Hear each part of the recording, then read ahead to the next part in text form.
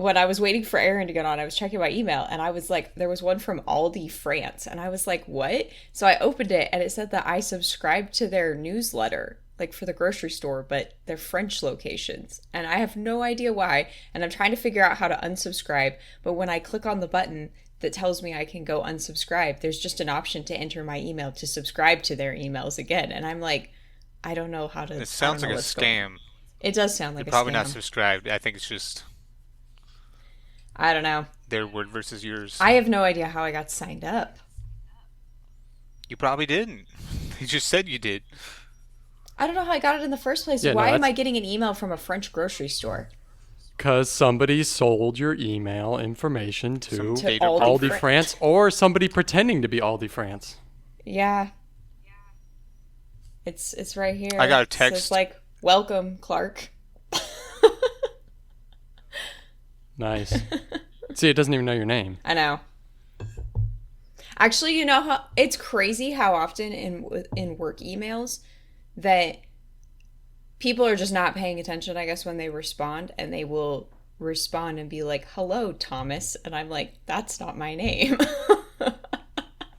Well, in their defense, you do have a first name as the last name, so Yeah, I mean, I guess Clark kind of could be that too, but a bit. But I don't think Aaron ever gets emails saying, hello, Lester. Lester's a first name, though. I hear that way more as a first name than I Surely do as a last name. Yeah. Lester? Yeah. hmm Name one. Well, not name, but you know what I mean. The character from Grand Theft Auto, for one. And then Not a real others. person. It's And embarrassing. then others, he And said. it's embarrassing, but the thing I've always thought of is that old Julian Smith video where they're like, there was a party this weekend and Lester was there. And then they're like, oh, Lester? And they're using it as a first name. So, You know, it's definitely first name. Not very common. I'm gonna name my kid Lester. That's Lester. Is that Lester, bro? yeah. It's like that one teacher from Sheridan. Her last name is Butt, Butt, and she named her kid Chase. Oh, Chase Butt. Nice. Isn't that great? Classy. Stay classy, Sheridan. She's got jokes. Exactly. Got to keep those. Got to keep that teen pregnancy rate top dog. That was Wilhelmina. You know what? They're one and the same, in my opinion. I mean, yeah, they're both. Ugh. Amity's I got a superior. text Okay, enough regional like content. 2 days ago that said that that my debt was sent to a debt collector, which I have had happen before. So I was like, it's a believable thing to happen, but I've been like really on top of paying off stuff, so I was really confused and a little concerned. So I almost clicked the link, and I was like, wait a minute. Oh, Oh, Wait a minute. never if it's a text message. Ever. Yeah, They will- never. You just text gotta- message. yeah. They'll send you a letter. And I'll Like- ignore it. I mean, Well, that's your It's a debt prerogative, collector. What are but- they gonna do? and then you'll be manifesting. You'll be manifesting this as reality. But no, you got to do the classic, like hover your mouse over the link, and then Well, you know, can't do that see in a where text it's taking message. you. Exactly. Yeah. Yeah. No, I always just ignore it if it's a text message. Like, because I'm like, there's no way for me to verify, and if it's important, I'll get a letter. So, it's prep. Or yeah, it's gonna be like that's kind of the thing. Like in a way, letters, actual physical mail is becoming obsolete. But like that's kind of one. That situations like that, you're like, I only trust this in person or something like that's obviously official and been mailed to me. Like I'm not engaging in this over email, over the phone, Yeah. over text, God forbid. Like no, like this got to be genuine. So. If it's important enough, you'll come knock on my door. Well, and also And I like will hide in my because we're so bathroom. because we're so digitalized now, like nobody's going to attempt that via mail, like that kind of scam anymore via mail, right? Like it's so much easier to get people online through text, through email, that nobody's going to try and scam you via mail through that. So That's why they always say, like, if you get something and you're not sure, even if it's in the mail, you're supposed to, like, go to the actual website for that company and find the phone number that they've posted and call them and be like, is this legit?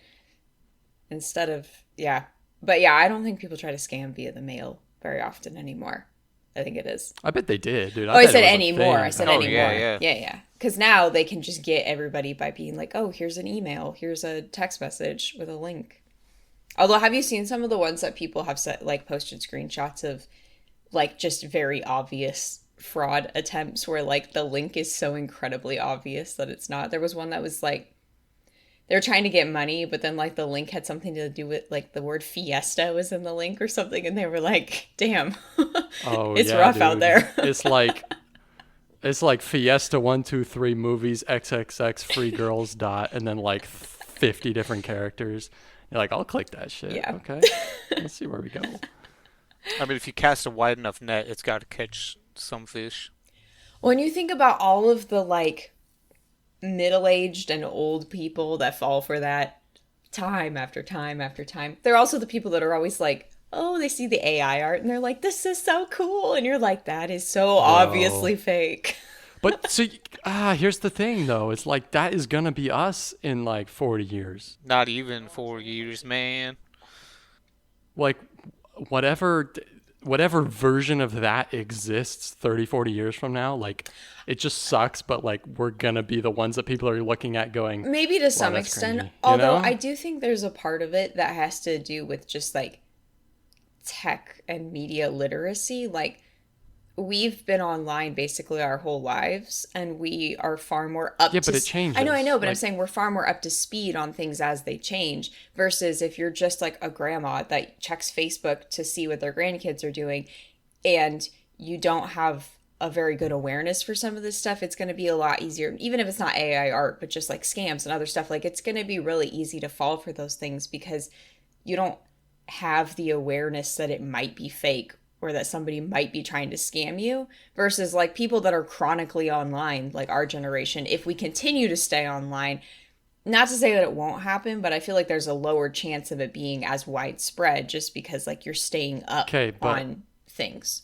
here's like, and this is a little bit scary, but it's like, but it reinforces how I feel when you say something like chronically online. It's like I already am rejecting that kind of lifestyle, and I'll probably continue to do so even more as I get older, to the point where I'm like, I'm so in a way done with kind of trying to stay up. And it's this weird, like, I don't want to get left behind and be that old person that like was like, well, back in my day everything was better, so I stopped caring when I was 30, kind of a thing, you know?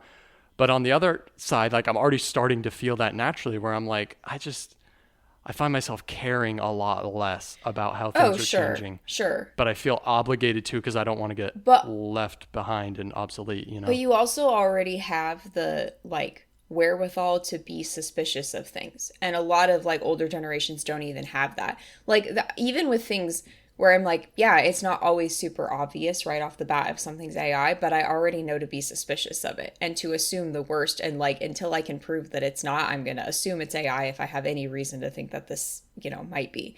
Like, even if I'm not spending a bunch of time, which I really don't anymore. Like I've also cut back a lot on like how much time I spend on Instagram and some of that stuff, but it's like, I still just have the understanding that like, yeah, there's a lot of fake stuff out there though. So I'm going to assume like it doesn't get the benefit of the doubt. So we're just really cynical now, is what you're saying. Like Yeah. we've You become kinda have to so be.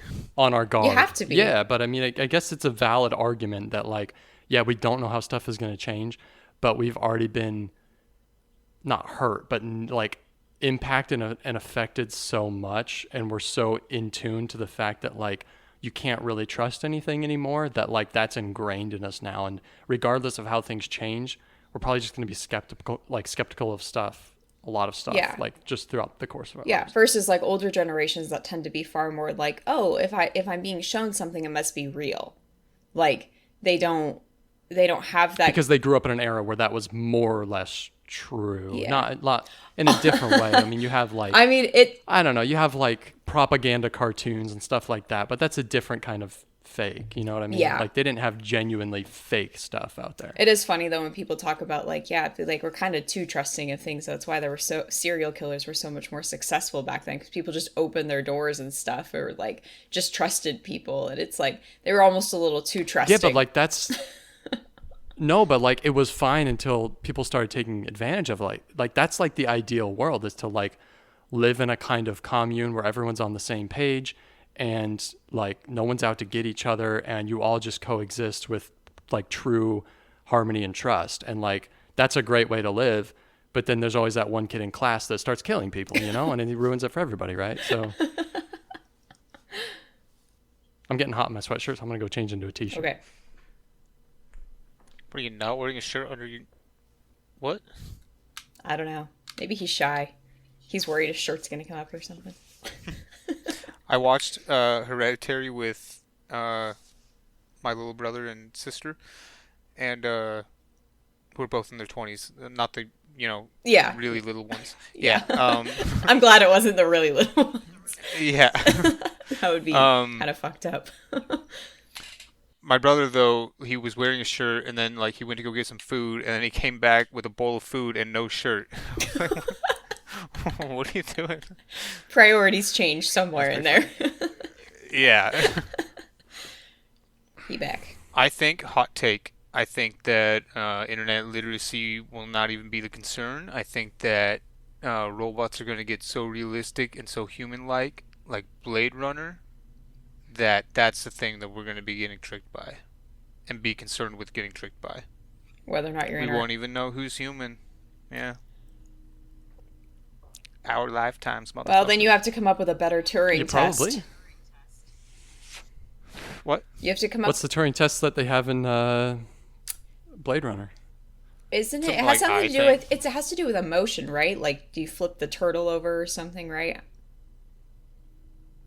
Well, that's more of like a indicator, but not necessarily a test. Well, I'm trying to right? remember. I don't remember what the Turing test is exactly in Blade Runner. It's been years. I haven't seen it The in a Turing while. test. Well, it's seen what, Blade Runner? Yeah. Yeah, I also haven't seen it in probably 4 or 5 years. Both of them. I watched them back to back. It was a good time, but They're both Was it your good. first time watching it? yeah, I've only seen them both once. Yeah, same. I can't remember what there's... Anyway, I'm just saying that was what you're going to have to do at that point, is you'll have to... I mean, obviously there will still be things that differentiate a computer or like a man-made object from an actual person. But yeah, I think that those will get harder to nail down. And I mean, current LLMs passed the Turing test today, so... But Yeah. that's, I mean, but the existing type into Turing one test is another and very you don't know. old.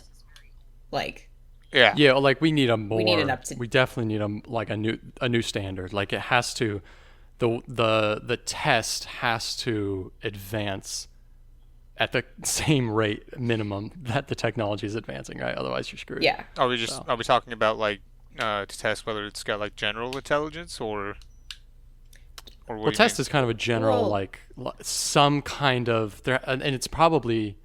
The Turing test isn't to test intelligence, it's to test whether or not something is a computer. Like, or if it's a human. That's what the Turing test is. It's not about how intelligent it is. It's just to tell you whether or not you're talking to a person.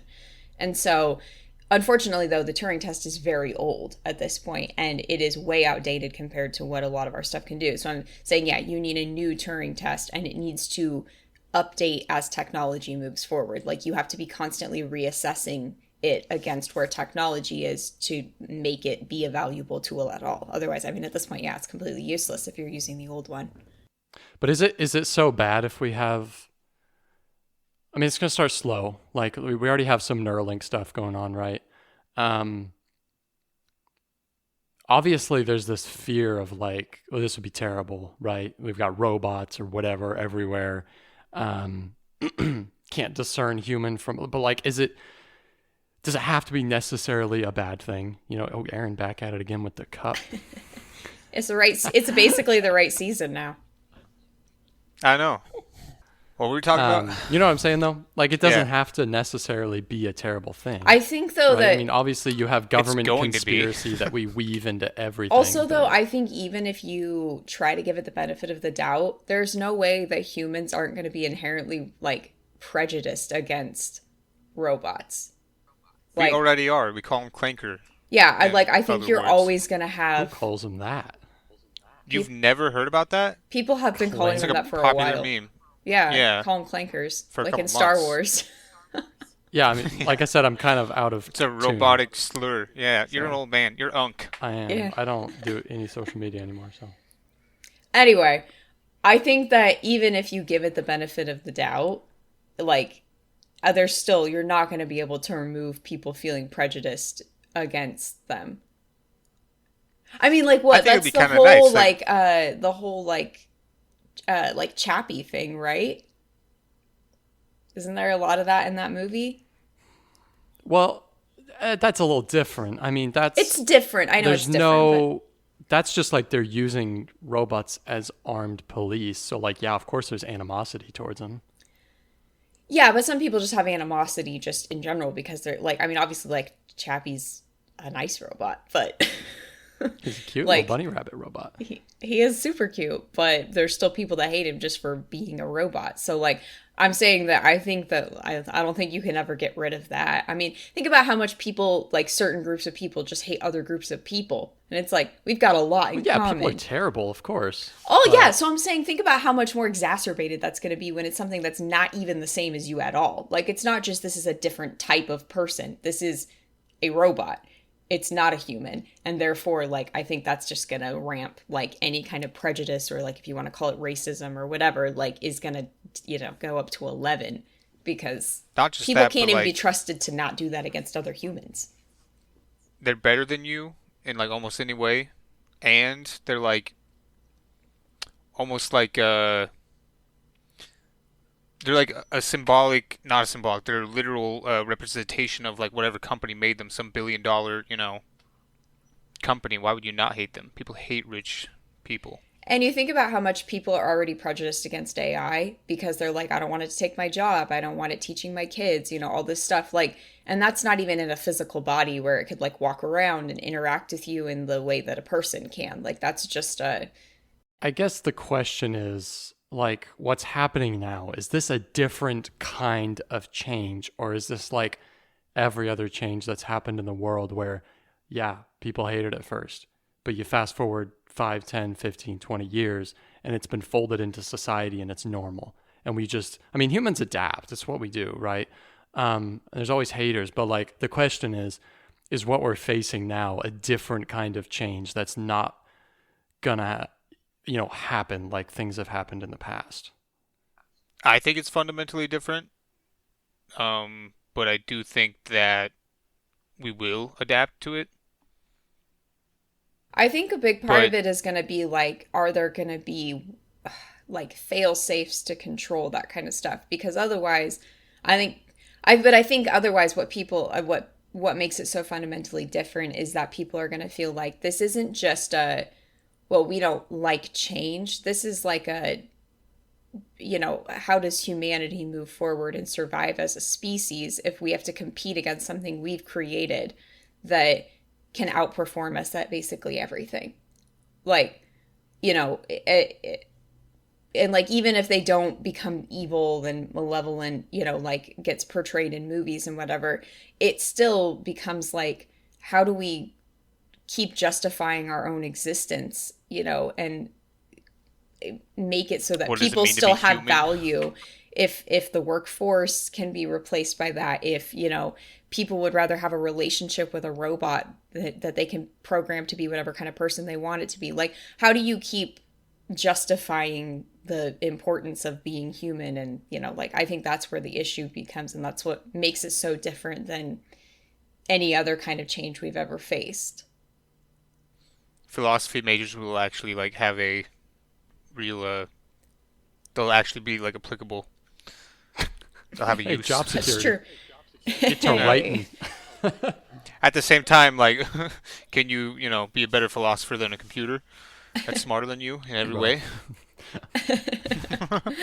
it's so weird. It's so weird, right? Like nobody can, not even the people that are like pulling the strings, right? Like nobody can really anticipate what the world is going to look like even just in 10 years, And I mean, it's going to be slow, right? Like we're talking about Blade Runner kind of stuff, but like it's going to be slow. It's going to happen slowly. And that's part of the reason that like we'll adapt to it, is because it's not like today, it's today and tomorrow all of a sudden there's like sentient robots everywhere, right? Like it's a slow crawl towards that, and so people will adapt slowly with that, but it's still impossible to know like just how completely different life is going to look in 10 or 20 years, you know? And it's Yeah, scary, but And it's you- also scary about exciting. that. And you'll probably have factions of people that choose to reject it altogether. Like, Oh, yeah, for Oh, sure. for sure. Yeah. yeah, you're gonna have groups of people that are like, nope, Luddites. we live I'll in. be them, dude. Make me the king Paimon, dude. I'll do it. I'll be their king. Nate requires Get back to the 3 occult. decapitations a year. We just need to get reconnected to nature, and that's what it is, you know? Reconnected Nature, to the the supernatural occult. realm. Yeah. Get back to our primitive Didn't we roots. talk about that? Like last podcast? Maybe I was talking to somebody else Were you about hearing like voices? having different senses and stuff. Definitely or, not like, on this podcast. I don't know. Atrophied. No? Huh, whatever. I'll listen to the. Have we uploaded yet? Yeah. The last episode? Yeah. What movie did we watch? Dude. Prisoner. Shut up. Yeah. Yeah. It was the Jake Gyllenhaal podcast. It's not this time, sadly. Right, yeah. Yeah, This did you is guys the- see his Every other cameo in one. this, actually? Oh yeah, What? yeah. He was up on the ceiling with her. Bro, that spot. Well, bro, when she swims, I almost threw my laptop across the room.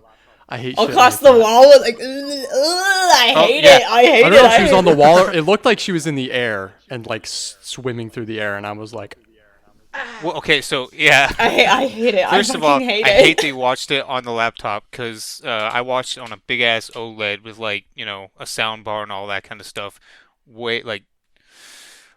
I almost had an anxiety attack at one point because like my heart was pounding. How many times have you seen this, Aaron? Probably like 4 times. So you're saying the first time you watched it, you had an anxiety attack? No, Every this time. most recent time. No, not every time, but this time like I did like I don't know. There was something about the scene. It was a scene where she's having a dream and she's like talking with her son about how she tried to miscarriage him, and he's like covered in paint thinner and stuff, and then she lights up. Yeah, that whole bit. I don't know. It got me. Her swimming through the air though. My sister said something about it kind of looks like a hand is holding a doll, like how somebody might do that, which we can get fits into with that. the Yeah. yeah. Well, There's a let's, lot to get into. Oh my goodness. Let's get started here. So I'm Nate, I'm Corina. I'm Aaron. and this podcast is limited to everything.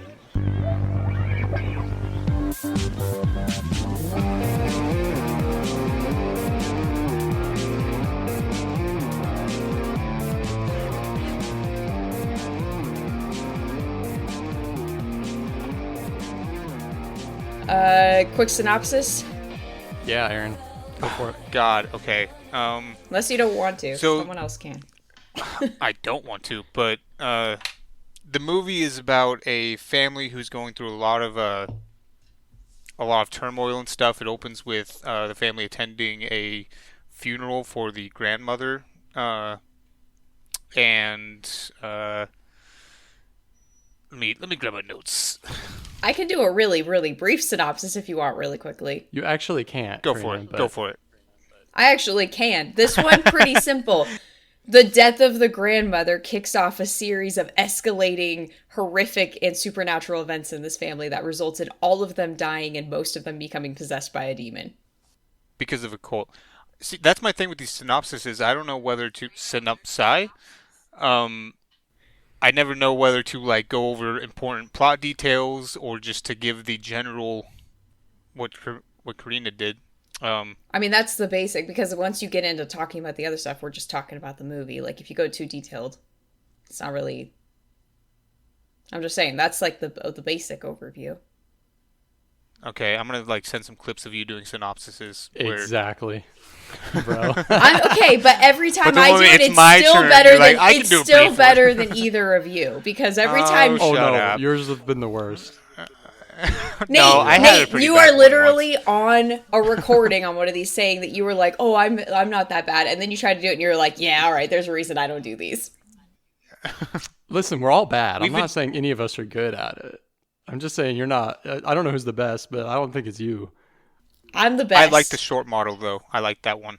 Anyways, I kind of already want to get into like the symbolism a little bit. There's obviously a common trend of like the like this crafting, right? Like Tony Collette is doing a lot of it.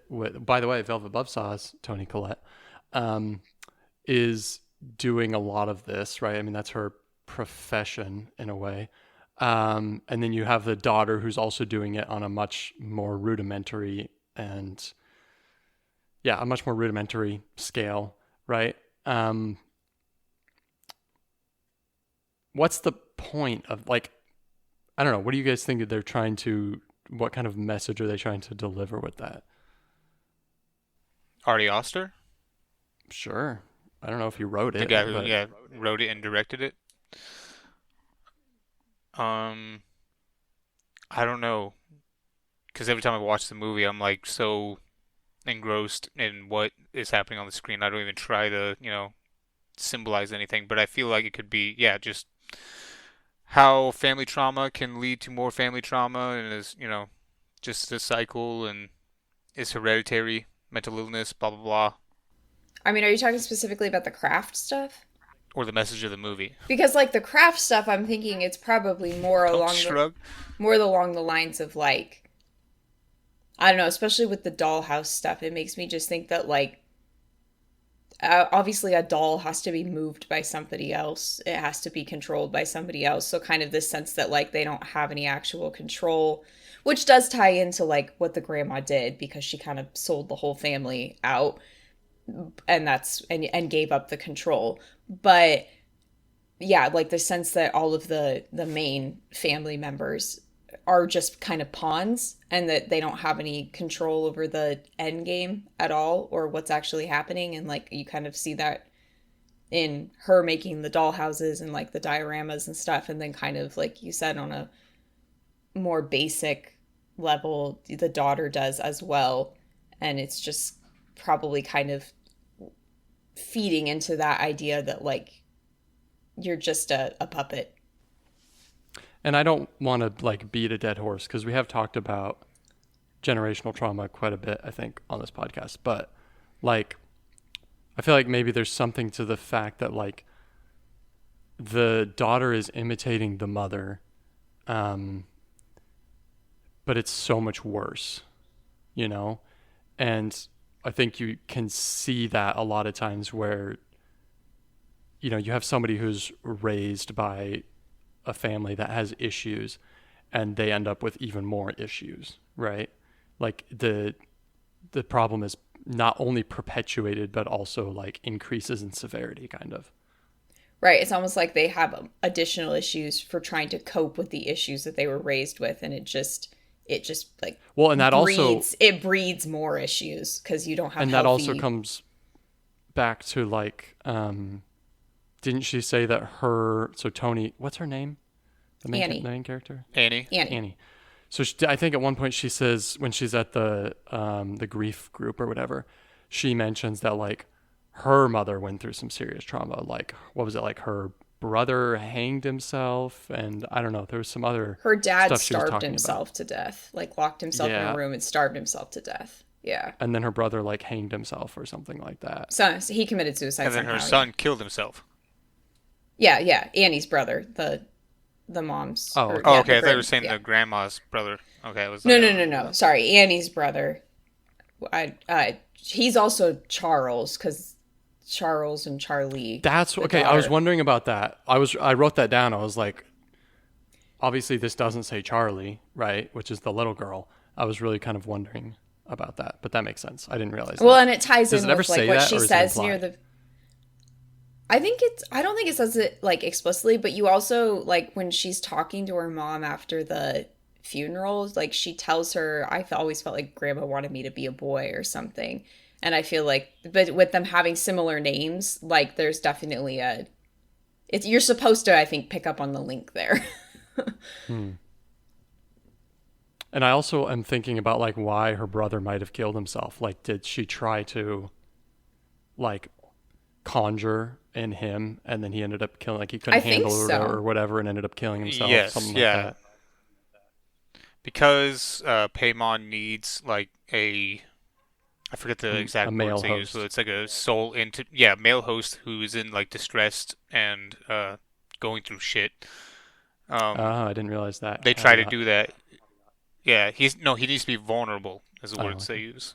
Also, And so yeah, when he has a different soul inside of him, he ends up going insane and killing Capitulates himself. to it. Yeah. well, doesn't I don't remember who it is. Is it Annie that talks about at her grief group, or maybe it's just when she's talking? I don't know. She says something about her brother claimed that his mom was trying to put people inside him. So Exactly, yeah. clearly she was trying to do that with him, and then he just killed himself before it ever succeeded because he couldn't Yeah, he snapped. and then Annie and her mom become like estranged, and she separates herself. After she has her son, she wants to like protect him from that, and then they end up reconnecting when she has Charlie, and then that's when the grandmother, Grandma goes full creep. yeah, exactly, and she puts Paimon into Charlie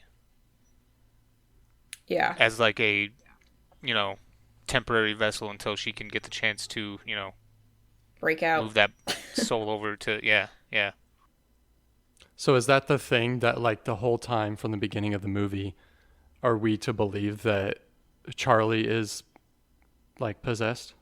I think so. Okay. Yeah, I mean, she's over there cutting off bird heads and shit, making weird I mean, figures. But also, Yeah. like, because of the grandma's involvement when she was little, and like, I, I think even more so, you're supposed to think that she's possessed, because isn't it that like that's why the cult has to kill Charlie, because they got to free what's his name? Paymon's spirit in order to... Yeah, he's got to get out of that host body, and I guess he doesn't just have the ability to leave, like it has to die before he can jump to a new host. Sorry, am I like naive, or like was her death actually a total accident? No, it wasn't an accident. No, you are naive. The little symbol was carved on the telephone pole. Yeah, but I mean, So, yeah, they definitely orchestrated it in some They capacity. planted I'm the sorry. deer carcass. Yeah, okay, they planted the deer carcass, but like what? They knew she was gonna have her head out the window because she was asphyxiating? Like what? Okay, but like the Would they demon plant the also I think walnuts in the Paimon was house? controlling her body too, though. I think Paimon did that Okay, on so- purpose. I think, yeah. He's, like, All those trying to things. kill I think, her. Like, that was a massive amount of fucking walnuts that lady was chopping in a creepy way. So Paimon apparently is like he's got some specific powers, one of them being included, like, future knowledge. So that would be why putting out the head out of the window, because he realizes, Yeah, we're gonna swerve, kind of a thing. Yeah. yeah. I mean, either way, between the eating the cake with the nuts and then sticking the head out the window, I think it's pretty clear that he's trying to kill Charlie. Like, he needs to get out of that body. I mean, I didn't really know that she was possessed. I wasn't viewing the film that way. More so that she was troubled, sure, but I wasn't, and I didn't know anything about the film going into it either. I didn't know this was going to be a like demon possession kind of a thing, like, so I didn't come in like prepped for that necessarily. And my first time watching it, I was like trying to discern whether any of this was supernatural or if this was just a bunch of crazy humans and psychological trauma, manifesting in, the shit that you see, like the family struggle and all that. But speaking of that scene, like the first time I watched it, that fucked me up. The telephone When he's pole. driving and then all of a sudden, yeah. And then when he goes to bed and Did he's you just hear her? laying there and then you hear the mom going out to the car? Yeah. Oh man, it's so good. I watched that whole scene like And this. then when it Dude. shows the head on the side of the road, and you're just like, I know. oh. So good. Her That's the face is first, like- smashed in. Yeah, that's the first really brutal imagery in the whole film, I think, is her head on the side of the road. And I was like, whoa, okay. Yeah. Yeah. Brutal death. I Holy hate horror crap. movies. But like this one gets me so good because there's no like real jump scares. It's just really tense. Depends on how you define a jump scare, because this movie has, so I kind of understand the logic behind why people like horror movies, why they like being scared when they watch a movie. Like, I get that kind of adrenaline. But there's like jump scares can be different for different people, but like my favorite kind in a way are ones that this movie does multiple times where there's a focal thing in whatever the shot is, right? Whatever's going on, there's something focal, something focused. And there's something in the background that you're not really supposed to notice. It seems like you're not supposed to notice it. And so when you do, that's when it's a jump scare in a way when you notice something in the background that you don't feel like you're supposed yeah, to it's like the right? oh shit moment where you're like, Exactly. You see the body up in the corner when her son's Ugh. waking up, right? In that last scene, it's like when you actually notice that, you're like, oh, right? Yeah, His jump scares are like long shots where it's there the whole time. You just have to notice it, like the naked cult members hidden around the house at the end of the movie. Like when he's up in the attic and he like looks around and then there's just But that's an actual jump scare, like cuts to it in a way, I think. But I would say like these are my least favorite kind of scares in a horror movie because they're so creepy. Like I would rather have something where I know it's gonna like smash cut to something that's gonna be a jump scare instead of the like just the long drawn out intensity where you're like I know there's something that's gonna happen or like I'm missing a detail in this frame and I gotta look for it and I hate that. I hate that. That is the worst for me. To me, a jump scare is like loud music, sudden something pops out, pop up or something like that, and that to me is the most like you watch it once, you get like a little and then after that, you know it's coming. If you watch the movie again, you're going to, But I would much rather have those because usually the movie, like if you've ever seen, like once you've seen a couple, like you can tell when the movie is telegraphing them. Yeah, and then you're like, okay, I know when's coming. So then they're not as effective. This kind of horror where it's like, because then there's also the scenes where there isn't anything in the background, but you still get long drawn out shots where they're like the intensity is done the same way. And you're like, but there's not always something there. And so then you're just like, is there not every time? But also the music still telegraphs, even in this film, because the last scene where like kind of the prettier music kicks in, like it takes you totally off your guard. And in fact, not that nothing creepy happens, but there's no jump scares or hidden details in the backgrounds or anything once that music starts in the last scene, right? And so it's kind of this like you can relax and you know nothing else is coming that's going to like jump out at you and freak you out. So the music still kind of correlates in a way with that. But just while we're on the subject, I have to shout out my favorite not my favorite, but maybe the first one I really experienced of those kind of scares, which is from season, I don't know, maybe 5 of Buffy the Vampire Slayer. And there's one scene, this is spoilers for Buffy, I guess, but there's one scene where like, in a previous season or episode, like their mother dies and she has like a heart attack or something and she like collapses on the couch. And they like, when Buffy walks in, she like walks up the stairs, and as she's walking up the stairs, she's like calling for her mom. And as she's walking up the stairs, the camera's panning and you can see the couch where her mom's like laying dead. Which is a great, like, kind of like that kind of thing, right? But then later in another episode, there's one where like a bunch of supernatural stuff is happening, and like the character in the shot like sits up in the living room, and like her mom is back on the couch, dead.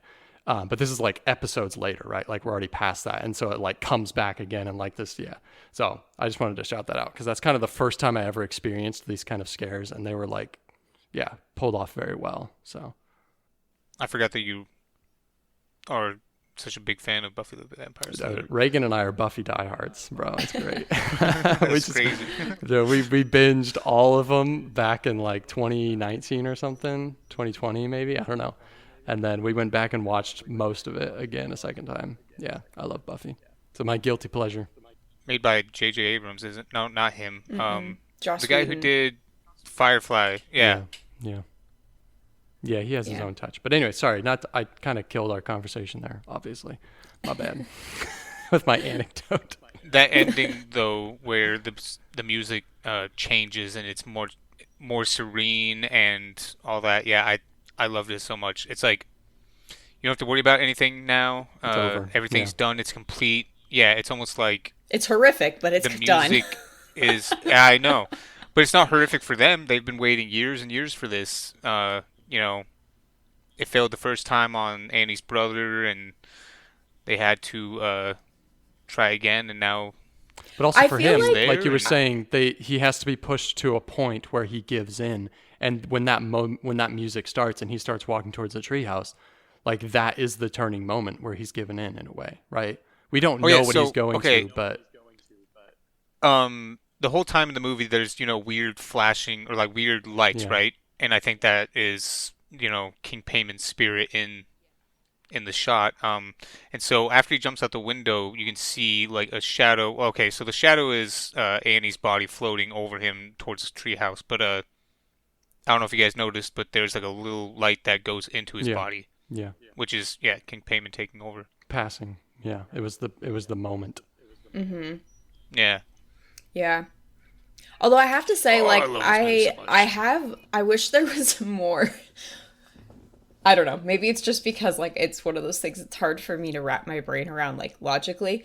But, so, like, isn't, like, the point of them wanting to bring Payman, like, into the physical world or something is because it's supposed to give them, like, blessings of some kind, right? Like, he's supposed to give them, like, wealth or, Yeah, whatever. But, like, clearly that didn't happen for the grandma and her lineage, like but she really. failed. Well, okay, but like I guess I'm just wondering, like, how did she, like, I could see for the cult members them being like, yeah, we want somebody else to do this and we'll support it so that we get to reap all of the benefits of doing this.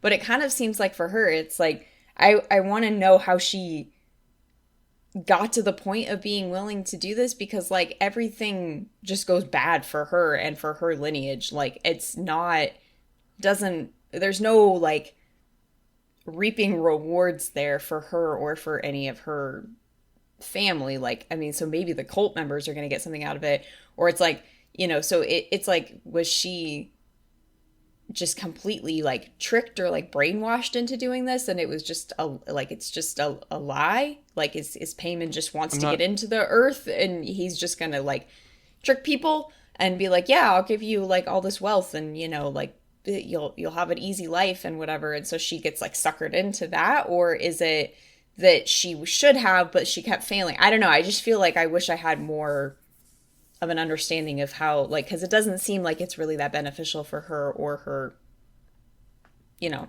if she cares. So apparently, one of his powers is that he can reanimate the dead for several years. So So maybe what? You're that's something. supposed to get like life after death?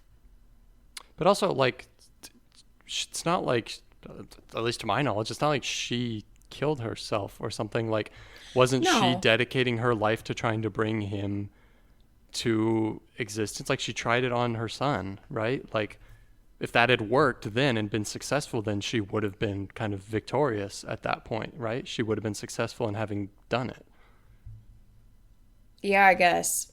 I just don't know you know? if. She was just so obsessed with the idea, right? So indoctrinated, that like she was willing to use family members to pursue this goal because it was all that mattered. Yeah. And I'm assuming in this world there's like an afterlife, and she probably went to hell. Let's be honest. You would think. Uh, You. where he's a king. He's the eighth king, it says specifically. Oh. Yeah. Whatever that means. Oh, aren't there like 7 rings of hell or something? Isn't that Seven Dante's circles of. Inferno? Yes, seven Seven circles of circles hell, of I hell. think. So he doesn't get a Was circle? he like the gatekeeper, or is he the center? He's the bouncer. Um, yeah, this movie's messed up, man. I think it messed me up. So I've never watched a proper horror movie, unless you count like, nah, not like probably the closest thing I've seen to a horror film would be like Get Out, which is borderline. I mean, it's got some horror elements to it. I think it's more psychedelic, or Psychological. not psychedelic, but psychological, than it is actual horror. But this is probably the first true horror film I've seen, and I don't think I'm about that life. I've seen a few. I never enjoy them. I always regret watching them afterwards. I'm always like, that was terrible. I can't believe somebody talked me into doing that. There's always just regret. You didn't have a choice this time. I know. I know. I'm just saying that, like, even with this one though, like, I understand, like, it's a well-made movie. I can appreciate from like a filmmaking standpoint and a storytelling perspective what it's doing, but I did not enjoy it at all. Like, I get zero enjoyment out of watching a movie like this because I don't get like that adrenaline rush from a horror movie. For me, I'm just like, this is miserable and I don't want to be here. Aaron's I nervous, think there's insecure laugh so over there. no, no, no. I totally understand that. I hate horror movies, man. Like, okay, so I hate them because they're typically poorly made.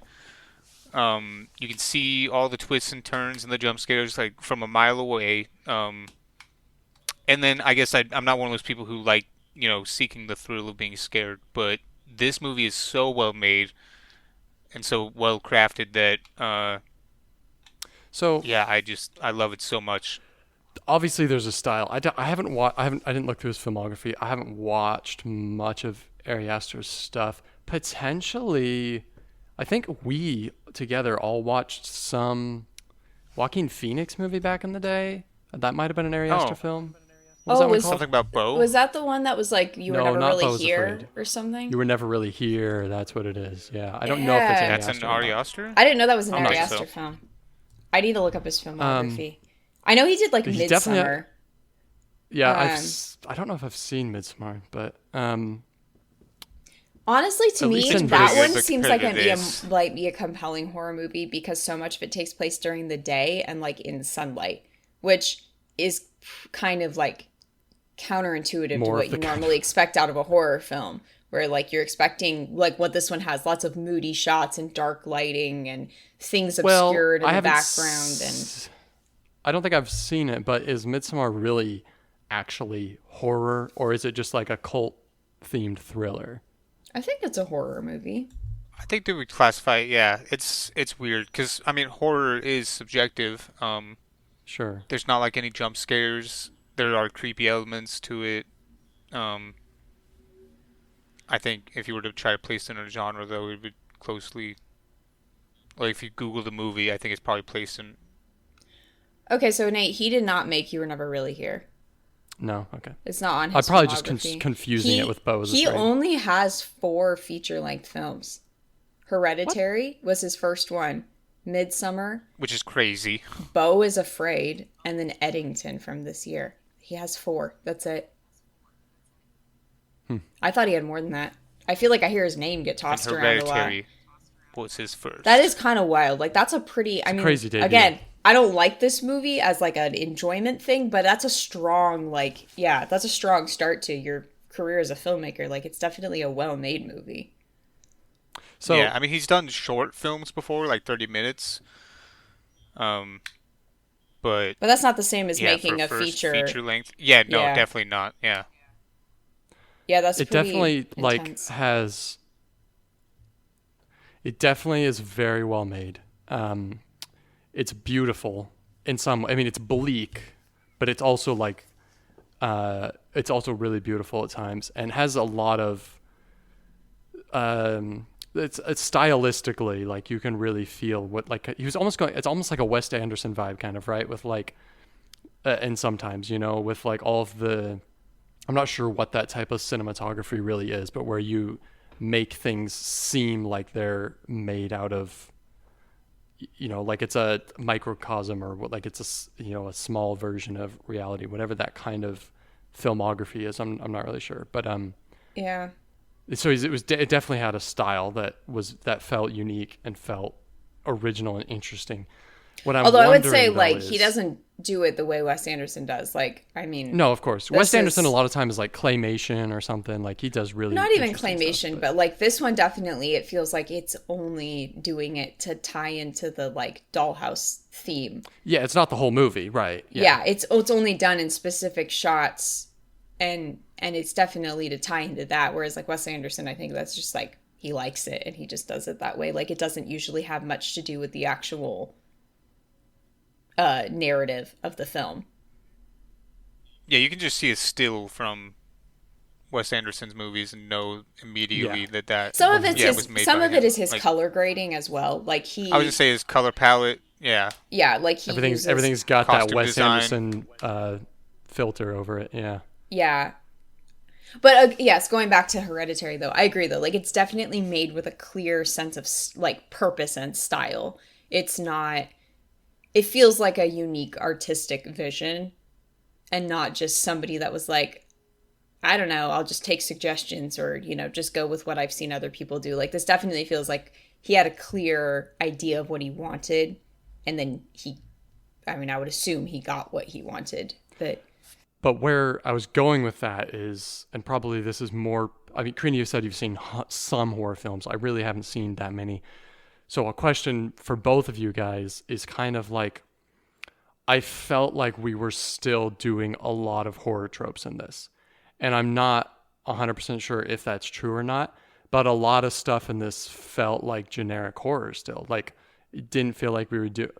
Parts of this have interesting concepts and were like, felt like an original idea, but a lot of other parts were like, oh, okay, we've got the candle out in the dark room and we're like moving a glass. That's kind of generic, like parts of it really felt kind of uninspired. Like, not the whole film as itself. The whole film in itself felt kind of compelling and like it had a vision, but like certain parts of it did not seem like, felt like they could have been copied and pasted out of a different film, I guess. So I think it's like it's got art house elements, but it's also made to be accessible. I mean, this was his first movie. I think he had to do something that was, palatable to a wider range of audience. I hear that Beau is Afraid is like uh, really hard to get into. You have to be a certain kind of person. Um, but this movie, yeah, I think it does a really good job of being accessible, but also really, really artistic. Yeah. I mean, like So it does have some kind of tropes, to some but extent, like can you ever fully get away from tropes in horror movies? Like and well, yeah, because that's the thing is I mean, if you're going to what makes a horror movie like it's gonna have characteristics. right, like that's like kind True. of like anything. Like it doesn't necessarily have to be a trope in necessarily even a bad sense, but it might be kind of what Aaron's saying. Like a lot of horror movies do tropes in a really poor way, where like they're very telegraphed or like they feel really like they're kind of phoning it in.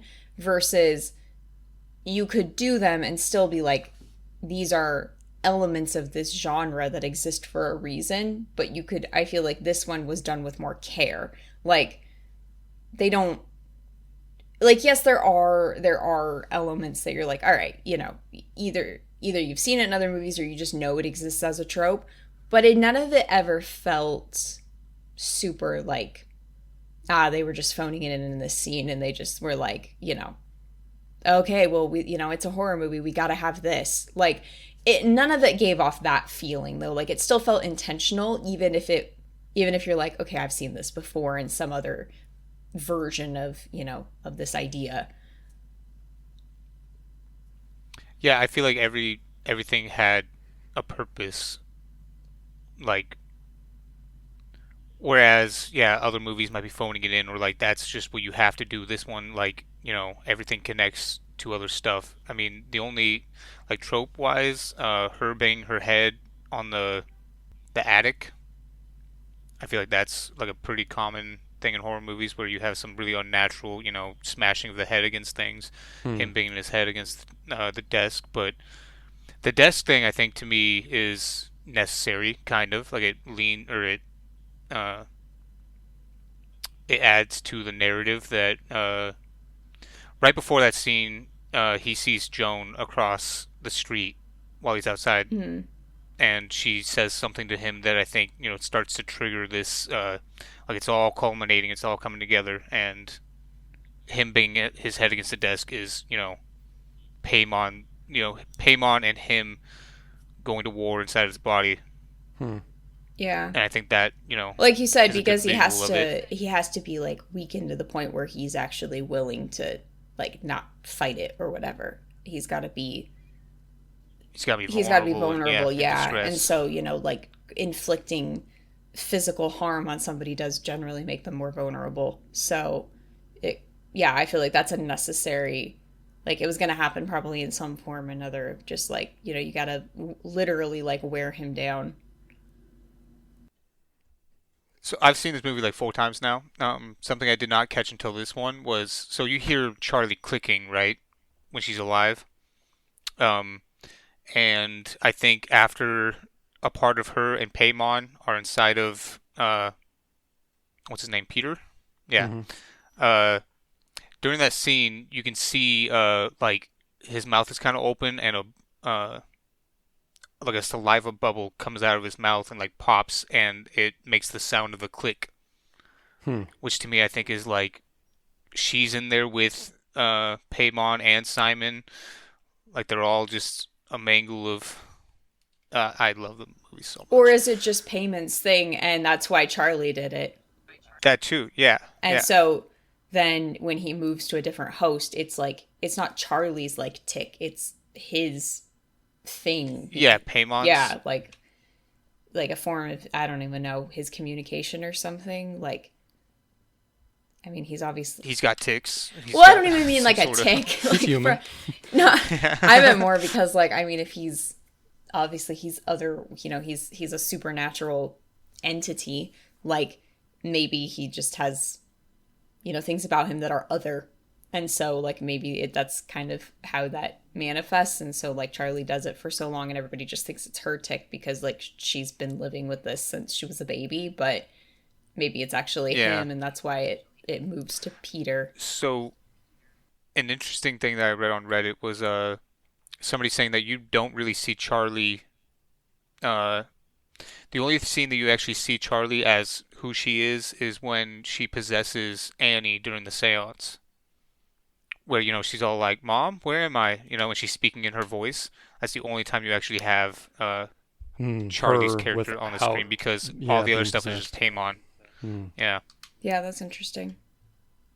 What about what about the moment? I feel like there's a moment where you see her, which is when Annie's tucking her in after the funeral, and she's like, "Who's gonna take care of me? Like when you die, who's gonna take care of me?" That felt like a genuine moment too. I thought. Yeah, that's what confuses me. I think that Charlie has both Paimon and a bit of her self in Yeah, there. I think so too. Probably. I feel like that intuitively makes sense. And Because that's why kind would of Paimon act the stereotypical. way that she does? Yeah, I mean that's stereotypical like demon possession in films, I guess, right? That you're kind of like the spirits are warring, like the human themselves is kind of fighting back, and so you kind of have flash like the demon side flares up, right, and then is Yeah, suppressed, when and it she's kind of cutting the like head off the dead bird. yeah, Yeah, that's a That's sign. probably the demon side. Yeah. probably. Either that or she's a future serial killer, one of the two. I think that a lot of this movie is very deliberate in the same way that Denny's movies are. Like, there's not much that you see that's not placed there intentionally. Every time I watch it, I get something new from it. One thing that I do not like though is why the mom sends Charlie with her Hmm? or with Peter to the party. It just kind of felt like, why are you doing this? I don't know if it's because her mom had just died, and I I don't mean, know. it's a It just I felt get like that's a weird move to make. obviously she's under stress, and she is has obviously picked up on the fact that her daughter is not like blending into normal childhood society very well. And so maybe it's a bit of an overcorrection, right? But she's like, your brother's going to a school event, like go with him, go mingle, like geez, just go be a kid, stop being so weird. I mean, she's not saying Yeah. that, but I feel like that could be something that's going through her head, like what's your problem? Just like go be normal and be like other kids. It does feel a bit forced in a I way. will say also though um, that feels like it's one of those weird things that like parents just do sometimes, like where they're like, you have to take your sibling with you if you want to go. Like it's like a weird, I don't know if it's a like, I don't even know what it would be, but like I remember things growing up where it was like, oh, can I go do this? Can I go, can I go hang out here? Whatever. And it was like, okay, but you have to take Yeah, so but and you have so to with take. you. And it was like, why? And then usually you didn't No, get an because you get two explanation. kids out of the house at the same time. Right. I mean, Right, but I'm just saying that Not only like that, but I think you can use the other kid as like a narc or something. for sure. Especially maybe. if it's like a younger Yeah. sibling. Yeah, you can manipulate them to. So what happened at that party?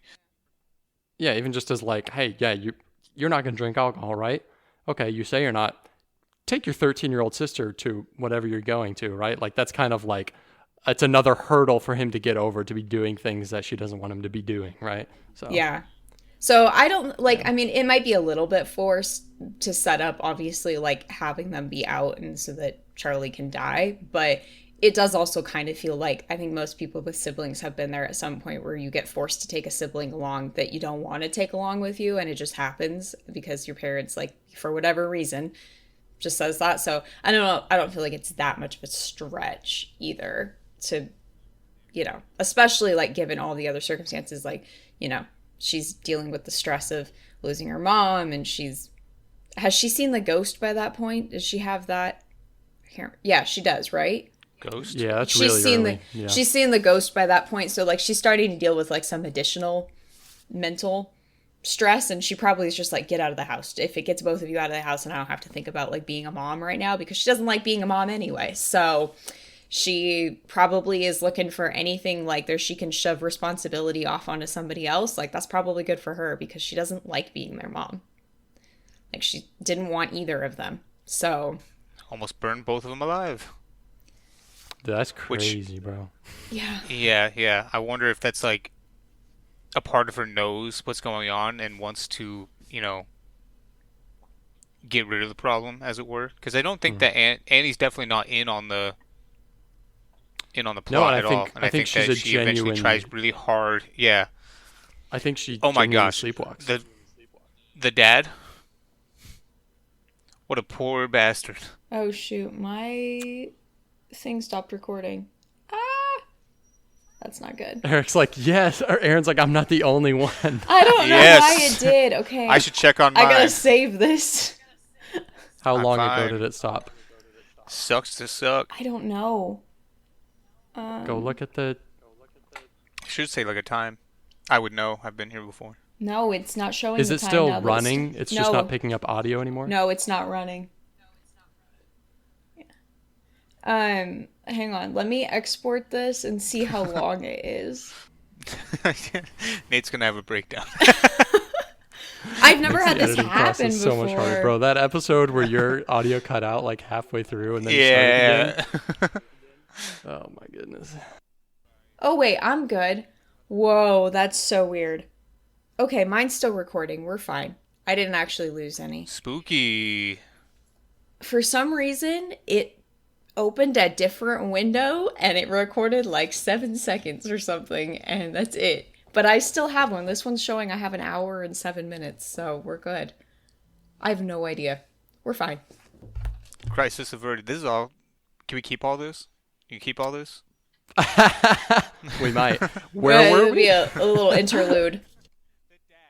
Well, hey, you'll have to edit some stuff out, but at least we didn't actually lose any of it, so.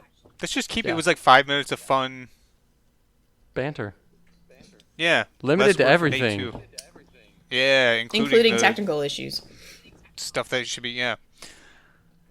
So the dad, I think that his bit in this is tragic. I like the idea of thinking of everything happening through his perspective, where like he's thinking that his wife has gone insane until he's part of the seance. Like, how do you explain? I love that his reaction is just to throw water at her, though. Like, he's just like. But at that "Stop point, it." like his son is freaking out. Like, Well, yeah. So like as far as him like rationalizing what's happening, like I think people can go through something inexplicable and try to explain it away because they don't want to accept that it happened. Like, Yeah. can you imagine experiencing what he experienced there with like the seance?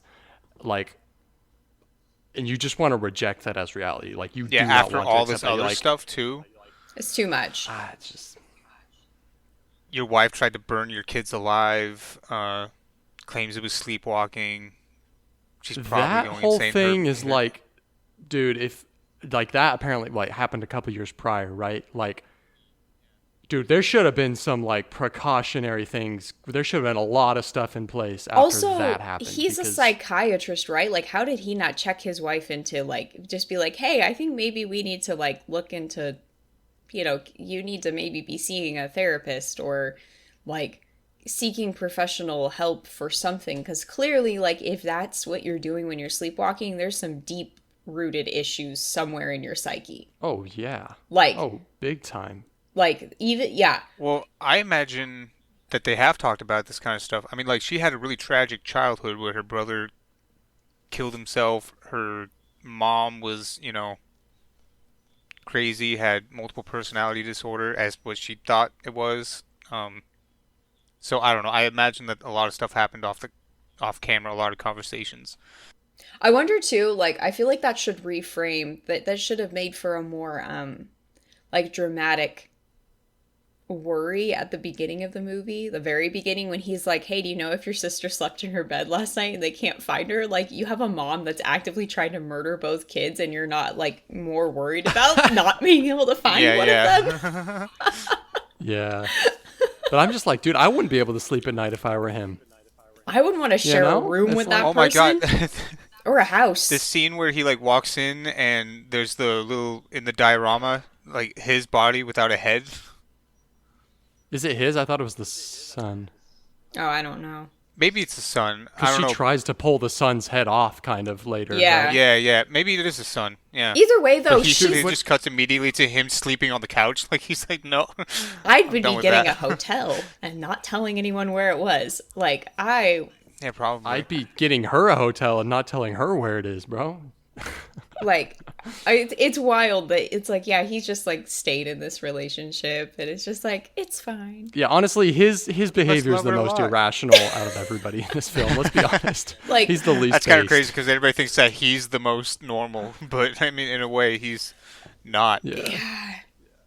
Such a good movie. When he finds the body, and of course he thinks that she's the one who dug him up Yeah. That's a logical or conclusion. her up. Yeah, I Yeah. mean, after all of her behavior, If she's it weren't- she's acting like a crazy person more than usual. Like, Yeah. and she had a weird relationship with her mom to begin with. So, But there's also a denial of the facts on his part, right? Like, despite The seance. even if you eliminate the seance, like there are certain, like when she's kind of trying to explain, like, hey, this person approached me, like this Joanne person, and I didn't know, and then look, here she is with my mom in this photo album, and she's got that symbol on. That symbols are what's painted up in the attic. That symbol was on the telephone pole where our daughter died. Like, He already put her in the crazy department by then. but even still, like, she's making solid points at that point, and she's lucid, like, at that point. Like, she's still, I guess, she's already possessed. But to him, like, is she's she lucid? Yeah. I mean, it's, This woman tried to set his kids on fire. yeah, He knows that she's like mentally deranged. No, like I think the seance is really the only thing that should have made him like wake up a little bit. But I think at that point he's in denial. He was in denial for the seance. It freaked him out. He wanted it to stop. I think he just wanted to have a normal life with his kids and wife. yeah. But I think it's true though that it's like how even if you do think your wife is or like not even think, like you know that your wife has some mental problems. Like you said, if there's photographic evidence and like things like that though where it's like, okay, clearly she's not hallucinating this. This is real. She can pull out here's a Kodak picture and be like, look, it's in this picture, or He doesn't look at the pictures. He's staring at her face the whole time. I Yeah, guess. I think Aaron's right. Like, he's already written her off as crazy. Like, this, he's already made up his mind entirely about what the truth is, and it's Have like you her guys spouting off, and dealt she with sounds crazy crazy too people? when she's talking about it. Like, she's going off like a crazy. But that's not, person. I guess then that's unhealthy on his part too, though, that it's like, okay, even if you think that. I mean, I'm No, sympathizing okay. with him in the situation he's in at this point. I know, but I'm Yeah, saying same. that still, though, like, if she keeps coming to you and being like, I have evidence of this, like, you should at least look at it, even if you think you're going to write it off completely. Like, why would you just choose not even to look at it, you know? Like, But she doesn't. Like, it's only that scene. And at that point, he's already found his mother-in-law's beheaded corpse up in the attic. It's like, and he's certain that it was her, because what else would it be, right? Like, she is certifiably, unequivocally, like, irrevocably insane at this point. And then she comes up to you rambling like a mad woman about, like, there's this conspiracy, I'm connecting the dots, like, this lady, like, I know I started this saying that he was in denial, but I'm at kind of on his side now. It's like, bro, like, think about what he's gone through, you know? Not only that, he doesn't want to enable her. He literally, like, he takes the book because he's, like, so fucking exhausted at this point. But, like, right before he goes to toss it into the fire, he's like, I can't do this, actually. I don't... You need help. Because if he does I'm it, going to call the police. Yeah, if he does it, he's accepting that this is all, like... Yeah, he's playing along, and he's accepting he's that it's validating real. her, enabling. Yeah. It's... Yeah, you can't do that. Yeah, I guess that's true. But I like his character in this, because he's the one person that feels normal in a way. Like, Peter's also normal, but he's so mixed up in what's going on, right? That he's not... It's impossible, something that you can relate to, kind of. The dad is the character in the film that you can, like his family's starting to fall apart, like his daughter dies, his mother and his wife and his son are at each other's throats, blaming each other, like you're kind of there with him the whole time, like all of this is happening around him, but he's not really involved in it, you know? Yeah. I mean, not that he seems like an overly loving dad, but he definitely seems to care more than Annie does. Like, seems to be a little bit more parental, I guess. Like, yeah, than Annie. I mean, he didn't try to start them on fire, so that's a good start. Yeah, I mean, the bar's on the floor. Comparing. But yeah, I don't know. So he definitely seems like he cares more. Like, he's more interested in keeping his family together. Whereas, like, I think once Annie starts to lose it, she really doesn't care at all. Like, she didn't want it in the first place, and then once she really starts to lose her mind, like, because of all of the stuff she's experiencing and finding, then I think at that point, yeah, she doesn't. I don't think she probably really cares at that point whether either of them lives or dies or is in her life at all. She's so possessed at that point. Yeah, right? she's so far gone that. Yeah, I think she cares, but it's just, yeah, with all the, family trauma and history, that she's just probably, like, long at her breaking point. And then she's got, on top of that, the fact that everybody thinks that she tried to kill her kids, but in her mind, she, was sleepwalking. So now she's got to contend with that and defend herself, blah, blah, blah. Yeah.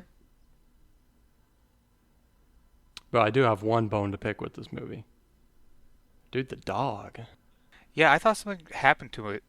No, it did. So, like, that's the whole thing, is like, the dog's kind of in some shots, it's kind of in some scenes, whatever, right? And you're like, this dog's gonna get it. Something's like, gonna happen to it, like he did in The Devil All the Time, Like, something's happening with this dog in this movie, right? And then, dude, he gets the most careless, like, it's like a half-second shot where it's when Peter's walking out to the treehouse. He, like, glances over and the dog's just, like, dead in the yard. It's like, what? Is it dead? Yeah. I assume the so. The dog's dead in the yard. It's like a 1 second scene. No. Yeah. But it's so, like... That? Nobody in this family I guess in a way it's like...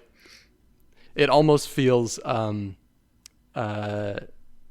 campy, but, like, spoofy in a way of horror films, where it's like, there's going to be a dog scene at some point, right? Like, the dogs in the film, there's going to be a dog scene at some point, and the dog just gets an unceremonious off-screen death, So, like, it kind of subverts what you expect. Like, something's going to happen with the dog, right? And nothing happens with the dog. He just dies off-screen.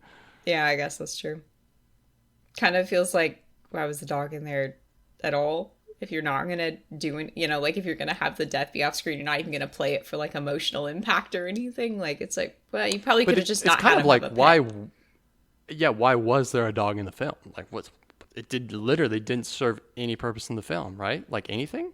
I don't remember it being, like, yeah, like, it doesn't even seem to serve any, like, character development for anybody, like, nothing. It's just kind of... He's in the dream that Peter has. I don't know. If yeah, but like, I think the only time the dog really does anything is when he wakes up. Like, he's having a dream when I think it's when he sees Charlie, and the dog is, like, growling or whimpering or something. but it's not actually playing a functional role at any Right. point in the film. So it's so many hoops to jump through from a practical perspective, like putting a dog in a film. It's like you got to get handlers, trainers, you got like it's so many hoops to jump through for the dog not to serve any purpose. That at least that I can ascertain from one viewing, you know. Yeah. Maybe it should make the family seem more relatable and to have some grounding to the film. I don't know. Possibly. They're just like, There oh, they're a suburban is something family. also They should have a that's dog. they're not a suburban family. This is something that I like found really. I got the exact same vibe from this family that I get from. This is a deep dig. Well, not really, but from Severance, the like sister that's married to like the author. I know Aaron watched Severance. That like you've got like these rich people that kind of live out in the woods, and they have this like beautiful earthy kind of home that's like has a lot of character, but like the family feels so cold. Like everything feels so devoid of love and warmth. Like it feels so cold and like impersonal kind of, you know what I mean? I think right off the bat you can tell this family is fucked up. Well, Like so sure. disconnected Like from there's each some other. tense. Oh yeah, yeah. Like there's some history here that we don't know about yet, which you get told about. Or Trauma. even just the fact that it's like they're prepping for, going to this funeral and they can't find their daughter. They're like, where was she last night? Where'd she sleep? Does anybody know where she is? Like, so clearly, like, maybe not the best parenting. And then, like, the dad is trying to do stuff, but the mom's just sitting in the car, like, by herself while her son isn't even out of bed Yeah. yet. And her husband's trying to locate their daughter. And she's just in the car. It's like, yeah, there's already some issues right off the bat where you're like, maybe not a normal family dynamic. Well, she doesn't want. Maybe I'm not sure if this is true or not, because maybe I'm just misremembering. I guess it's the dream where she said when she's sleepwalking or kind of dreaming, and she says that she never wanted to have Alex, and she tried Alex. to abort him or force a miscarriage, whatever. Was that Alex. real? Is that her genuine, or that was all just her There's no- dreaming? Peter. sleepwalking? Oh, okay. Sorry, I was like, there's the nobody actor's named Alex. I meant Peter. So it does happen in the dream. I think that consciously she doesn't think that, but I think she's probably aware that subconsciously she did not, indeed So I want just him. think that there's a general Yeah. disregard. There's a general disregard for like, or kind of lack of caring or lack of like taking on the proper parental role. Yeah, like she with her doesn't seem to character. have a lot of like maternal instincts whatsoever. But again, like kind of going back, I mean, we haven't talked about it much because you said, we've talked about it with other things, but like the hereditary part of it of like, she also had a mom that wasn't very interested in her, didn't, wish she was a boy, obviously for self-serving purposes, but like it didn't then give her like the attention or affection that she wanted and probably needed. And so then you've got her then passing that on in a way to both of her kids of like, she's a disinterested mom who doesn't feel any real connection to either of her kids and is just kind of like, I feel like she acts like, well, I mean, you kind of see it at the dinner table scene when they're arguing and she's just like, I do all this stuff for you and like, you don't care, you're ungrateful, and like I think she just sees them more as a burden than as something enjoyable or a desirable thing in her life. She's just like, it's work and that's it. Yeah, such a great scene too. I think Toni Collette, I think that's her name. She does like a really good job in this movie. Yeah, Really good. She brings the definitely intensity for props. sure. Yeah. I am your mother. Yeah. I don't remember her very well from Velvet Buzzsaw. To my knowledge, that's the only other thing I've seen her in. But she definitely brought the intensity in this film. I thought Alex Wolff, who plays Peter, also did very good for what his role was. It wasn't as like impactful of a performance as hers was. Dude, also I don't know, the child actor that they picked for Charlie was actually like a Yeah, I forget her great name, pick, but right? yeah. Because she looks Yeah. so she looks rough, right? She looks kind of fringe. Like she might be dabbling in the DS a little bit. I don't know, but like not too much, just enough to like The get some what? benefits or something. But Oh, like that. Yeah. she looks a little creepy, right? Yeah. I think it was a great actor choice for her, for Charlie. Dabbling in the DS. I think she has the same thing that kid from Stranger Things has. Whatever that, like, I don't know. It's like Like a cleft lip or some palate. Her eyes it's are like also... a bone. It's like a bone development issue in your face and neck or something. Because like she actually looks very similar to that kid. Like they look like they could be related. I think she has the same. Yeah, Dustin. Yeah, I think she has the same like whatever birth defect that is, where like your bones don't develop correctly, and so your face ends up with that kind of. I don't even know how to describe it, but like it has a very distinct Yeah, I know look. what you mean. Yeah. Yeah, and like I agree though. Like I think that made her an even better choice because it makes her weirder and more unsettling. Yeah. Like by you're just like she You doesn't feel look. uncomfortable. Yeah, she doesn't look like anybody else, and and then combine that with creepy behavior, then you're like, ooh, something's not right. And she's with this so kid. disheveled too, right? Like she's always got dirty, oversized clothes on. Her hair's always a unkempt. mess. Yeah, like she's just always so. Yeah. And again, it shows the lack of like parental interest on the mother's side, because like that in a way kind of traditionally is kind of the mother's an expectation, or like kind of almost a responsibility that like a mother wants to like make sure her daughter's hair is nice and she has like respectable clothes on and stuff, potentially more so than a father is going to care about that, right? And Yeah. Millie Shapiro is her name, and she was 14 when she was in the movie. I wonder if she's gone on to do anything else, or if like, I mean, again, she was perfect for this role, but I wonder if she landed any other stuff, I mean, Have you guys seen any other Ari Aster films? I have, yeah. well, no, there's only 4. That doesn't invalidate my question, Corina. I'm just saying, no, I haven't seen any others. So you never saw Midsommar? No, well, I'm not a horror movie person, so like I don't seek that out. It's more like The Village, kind of, isn't it? I mean, I don't know if it's really horror, like stereotypical. Yeah, right? it is. It's more creepy than anything. It is definitely horror though. Like if you Google the movie, it'll show up as horror, thriller, suspense. Would you consider The Village horror? That's more of like a thriller. I don't know that I'd It's a really. fine line, though. That's why I'm asking. Well, yeah, like it's intense, but like it's not a bunch of jump scares and like there's definitely a lot of like the whatever they are, the creature things that live in the woods, Pig like things. Looking Yeah. things, yeah. yeah, like those are kind of a secondary part of the movie. Like a lot of it is about the interpersonal relationships of the characters. So like it's a drama in a lot of ways, with then like thriller aspects of like there's this looming threat that's kind of always in the background. But I don't feel like it's the same as a horror movie because like it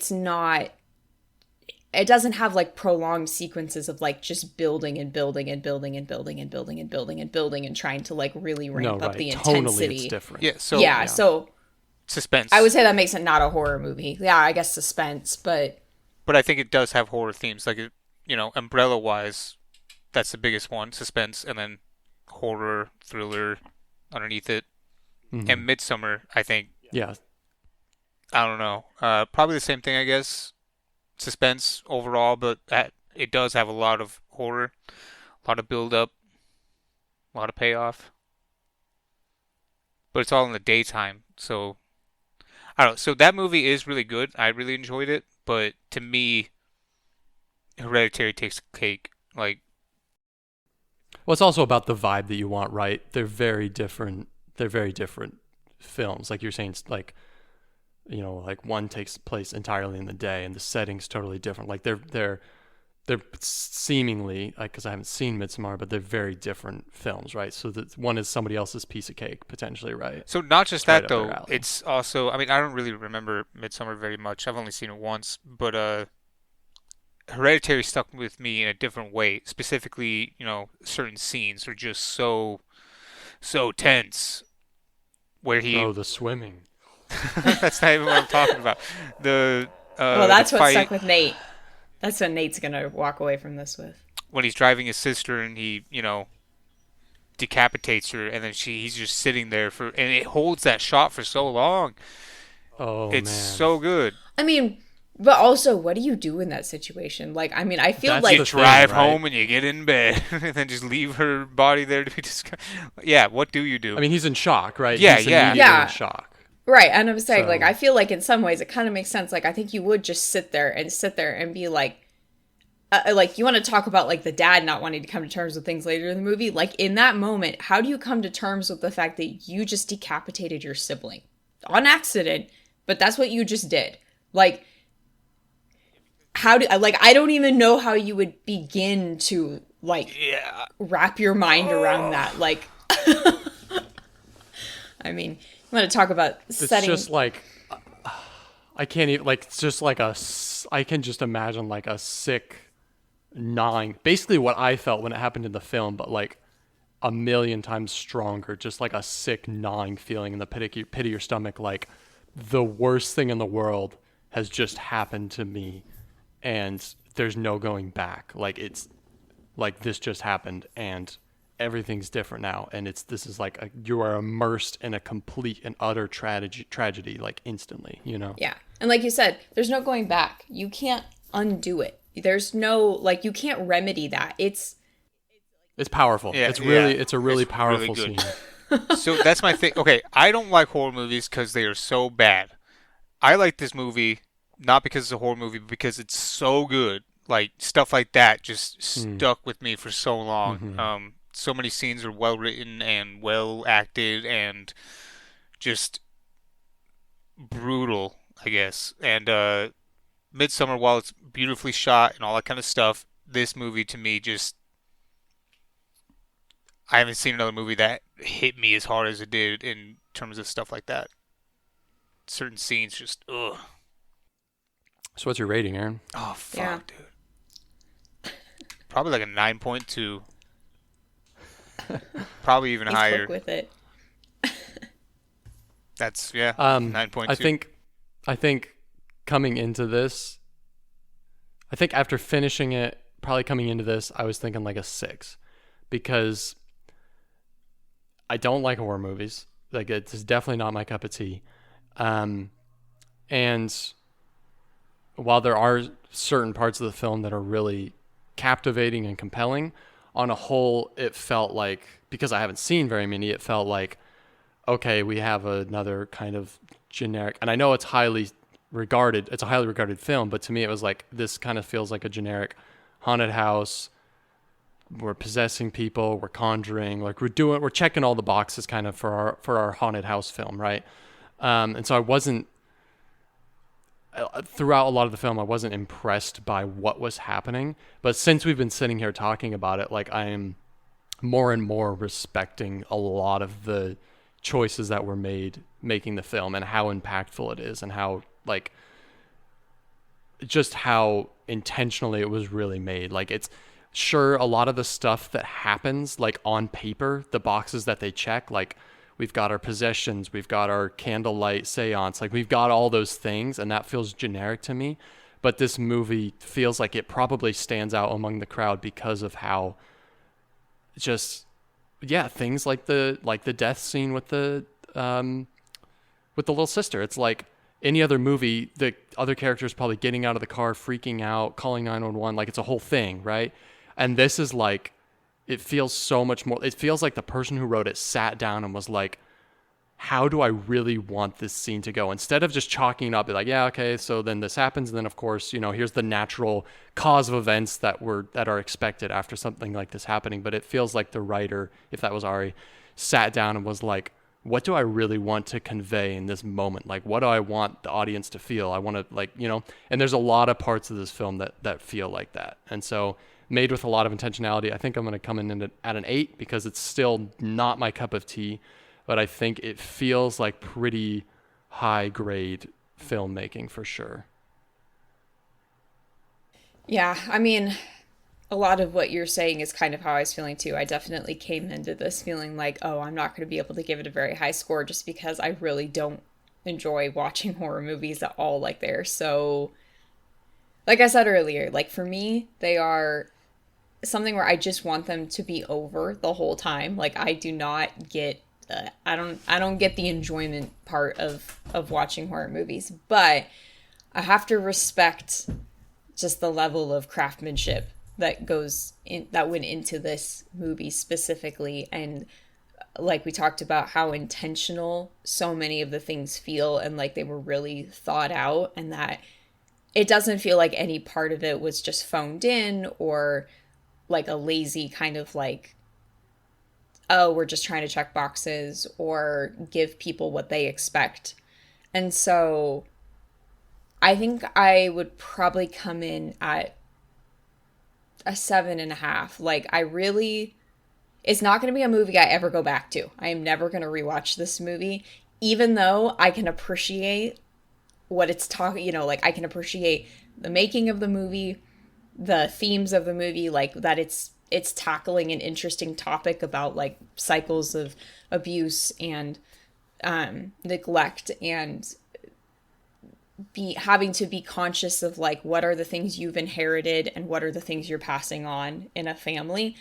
Like that's all very interesting, but that is also has to be tempered by the fact that like I just do not enjoy horror movies. And so yeah, I think a 7.5 is where I come in at. I think though, if I was talking to somebody that I knew liked horror movies and they hadn't seen it, I'd be like, you should definitely watch this one. Like I think I could easily see myself recommending it to people who have a better stomach for horror than I do.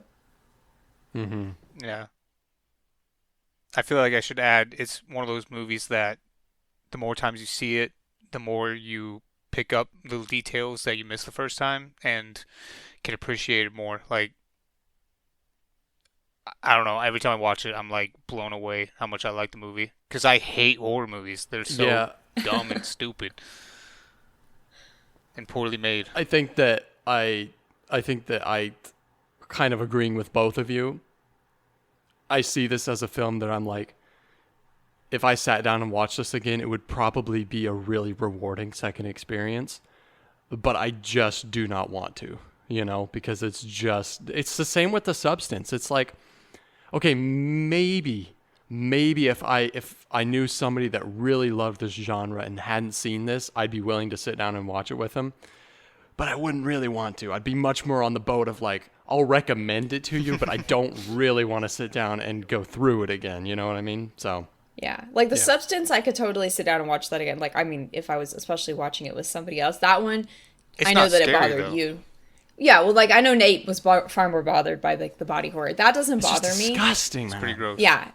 Like, that doesn't bother me, but this one, like, yeah, like, possession stuff and, like, especially just all the weird, like, creepy of, like Nate's talking about, like, the swimming, crawling on the walls Bro, thing, and, like, That the looked sitting goofy up to in me. the corner, and, like, That, like, yeah. it's kind of silly looking, but at the same time, it's so just, like, ugh. I just... So I thought that was the dad. I thought it was the dad up in the corner when that shot starts where he's in bed. Well, you can't really see, So- and I so I, guess was like, that's oh, true. did like, yeah, Why'd you think it was the dad, though? Because, like, the Yeah, dad it's kinda hasn't weird. 'cause been... he's dead. I don't know. I watched it on OLED though, and like it's so dark you barely see just an inkling of her until it actually focuses in on it. Yeah, it's so good. And then the naked people just all around the house watching the whole thing unfold. Yeah, it's so good. No jump scares. The only thing that happens that's like remotely close to a stereotypical jump scare is when like he sees a naked person, he goes to run, and then he turns and sees his mom, and she starts chasing him, and he runs up the attic. When she starts chasing him, there's a loud noise, and that's the only thing you can classify as a jump scare. Well, like And we I said, though, love like, that. it depends on what scares you, though. Like, No, I'm saying like stereotypical jump scare though. I've seen like probably a dozen horror movies, and it's a quick shot, something pops up, it's a loud noise, that's it.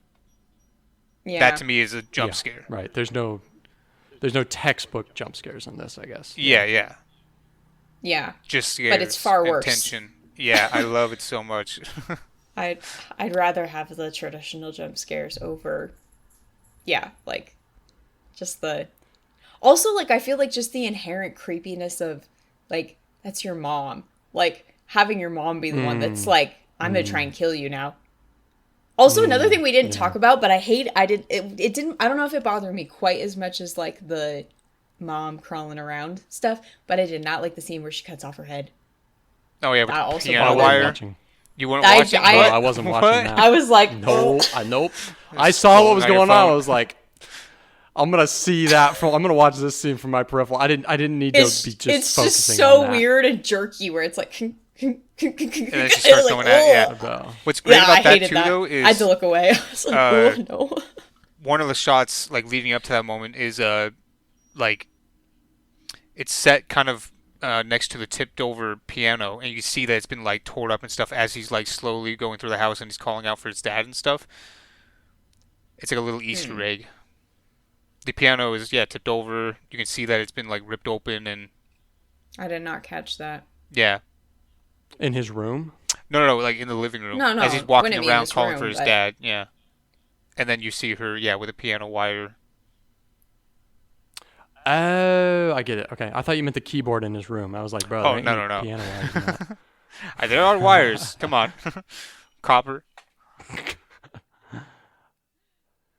Have you guys? Because this is really only my like what I can compare this to. Have you guys seen Get Out? No, I haven't. Everybody tells me I should, but Really? Neither of you guys have seen it. Interesting. Okay. To me, like, it's also like, it's not as horror. It's not as generic horror as this is, like textbook horror. It's more of a psychological thriller with horror elements, but like, yeah, I don't know. To me, like, I like the plot of Get Out more, but I like it felt like this film was made with more meaning. But as far as like enjoy, like I've seen Get Out twice. I've gone back and rewatched that, and I would highly recommend it because I think it's fantastic, especially if you don't know what the film's about. It's really really well done.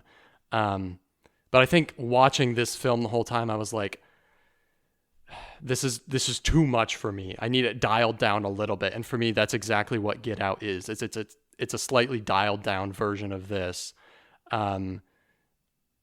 With less supernatural elements, but it's a slightly dialed down version of this with a more interesting plot to me. So I would highly recommend it. I think you guys should really both watch it. I feel like so Get Out and Hereditary are both like, even if you take out the horror aspect, they're just well-made movies, right? I haven't seen Get Out, but it's really praised a lot. It's well made, I assume. Yeah. It has its vision of its own for sure. You need to watch other horror movies, and I think that would really make you appreciate both Get Out and Hereditary more, because Hereditary on its own, I think it's just a well-made movie. The music, the shots, the story, and the consistency behind it, I think it pays off and all that kind of stuff. So as a movie, it's good. As a horror movie, I think it's like a masterpiece. I haven't seen that many horror movies either, probably, like a dozen. But to me, I just don't like him. But Hereditary just on its own level, and I think you would appreciate it more as what it is. Like, it's not a stereotypical horror So you're telling movie. me I need to go watch other movies because they're worse than Hereditary so that I'll appreciate Hereditary more? Well, that's what I mean. So you were talking about, like, it's got horror tropes.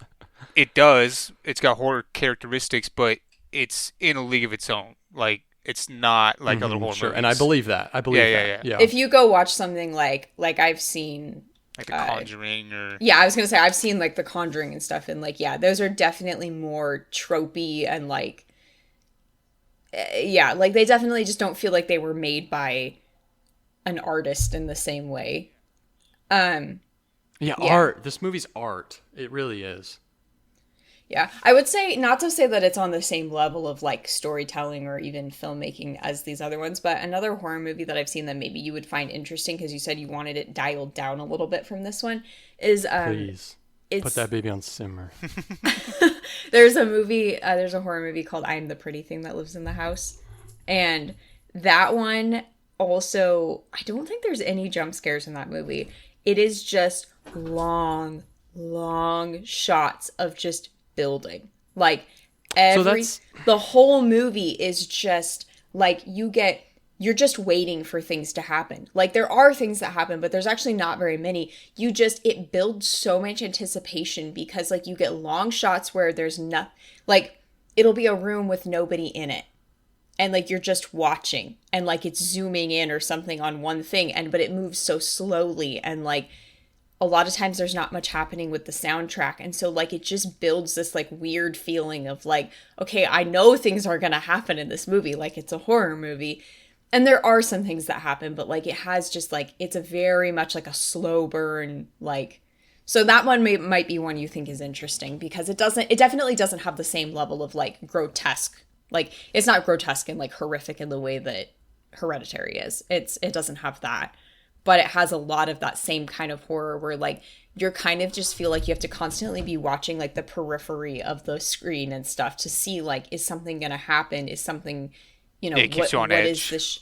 Yeah, the whole movie is like that where it just has you where you're like, there's just constant anticipation for like, I know things are going to happen at some point, but then you get long stretches where nothing does, but they film it all the same way. So that one might be one you find interesting.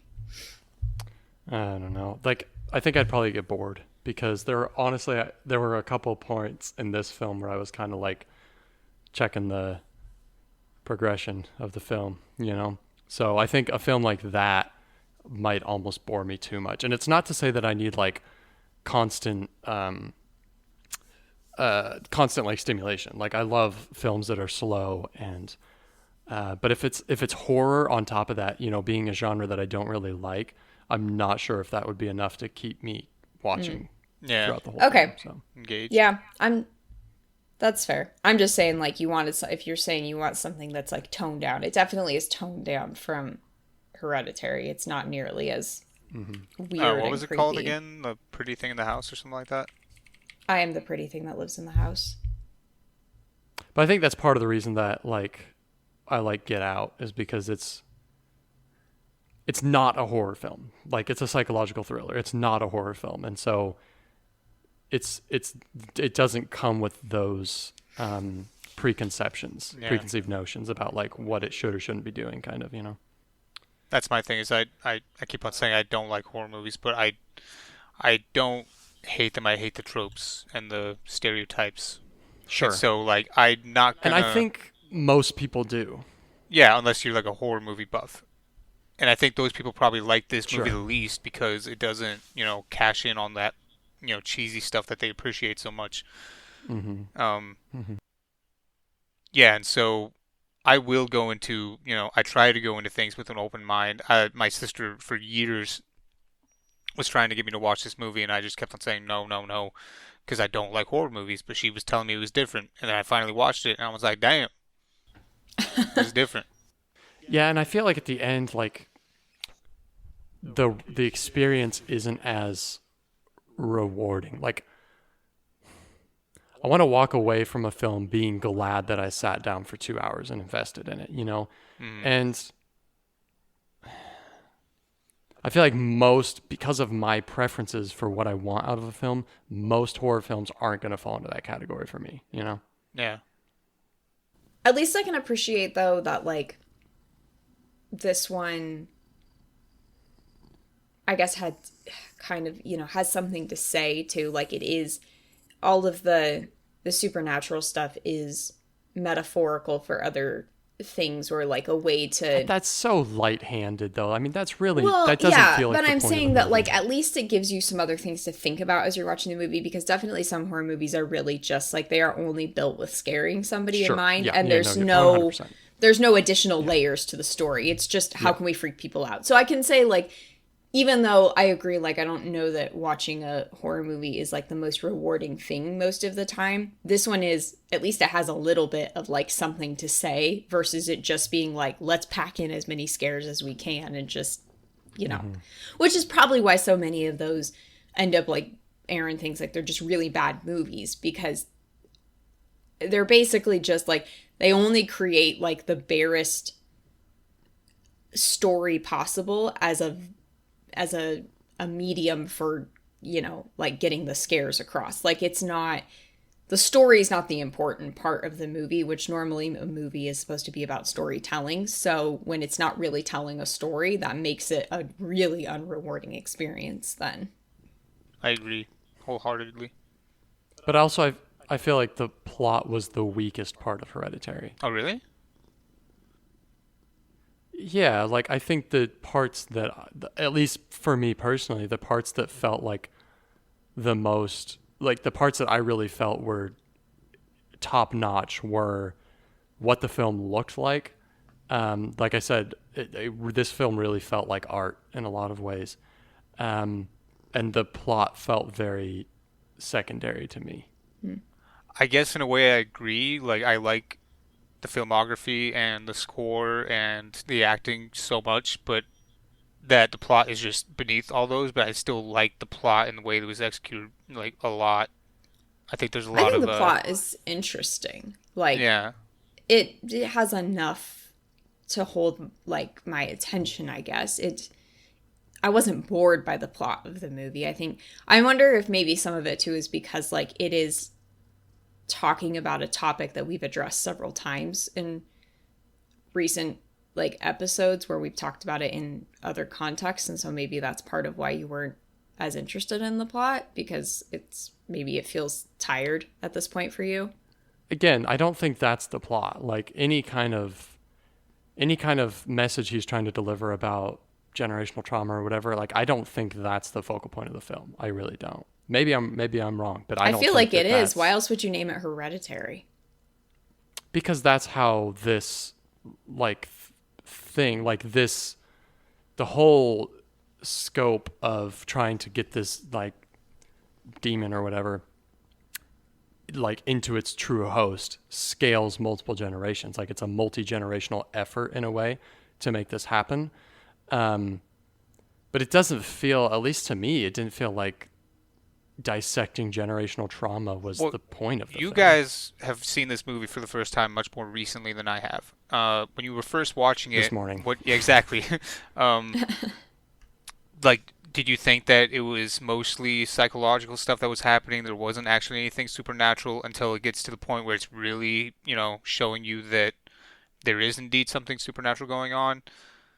Yeah, I mean, I think you don't know what's real and what isn't, and Yeah. you have to wait until the end of the film to then look back and say, okay, that was probably real, that probably wasn't real, and so on. Yeah, so I think in a way some of the hereditary, you know, family trauma and psychological problems that is part of the plot and like a tool in the movie where, keeps you guessing as to what is going on, keeps you engaged for that. But at the end of the day, yeah, the plot is the fact that this family is at the head of a cult, and this cult is trying to bring in, a king from hell, and you're Hmm. in for the ride. And so both the trauma is hereditary, but also this almost like prophecy is hereditary too, being passed through the Well, generations. yeah, it's definitely Yeah. twofold. I'm not saying that I think that I mean, like obviously, yes, there's a very real element of the supernatural stuff being hereditary, because like this is part of, like this is what the grandma signed this family up for, essentially, is like, misery.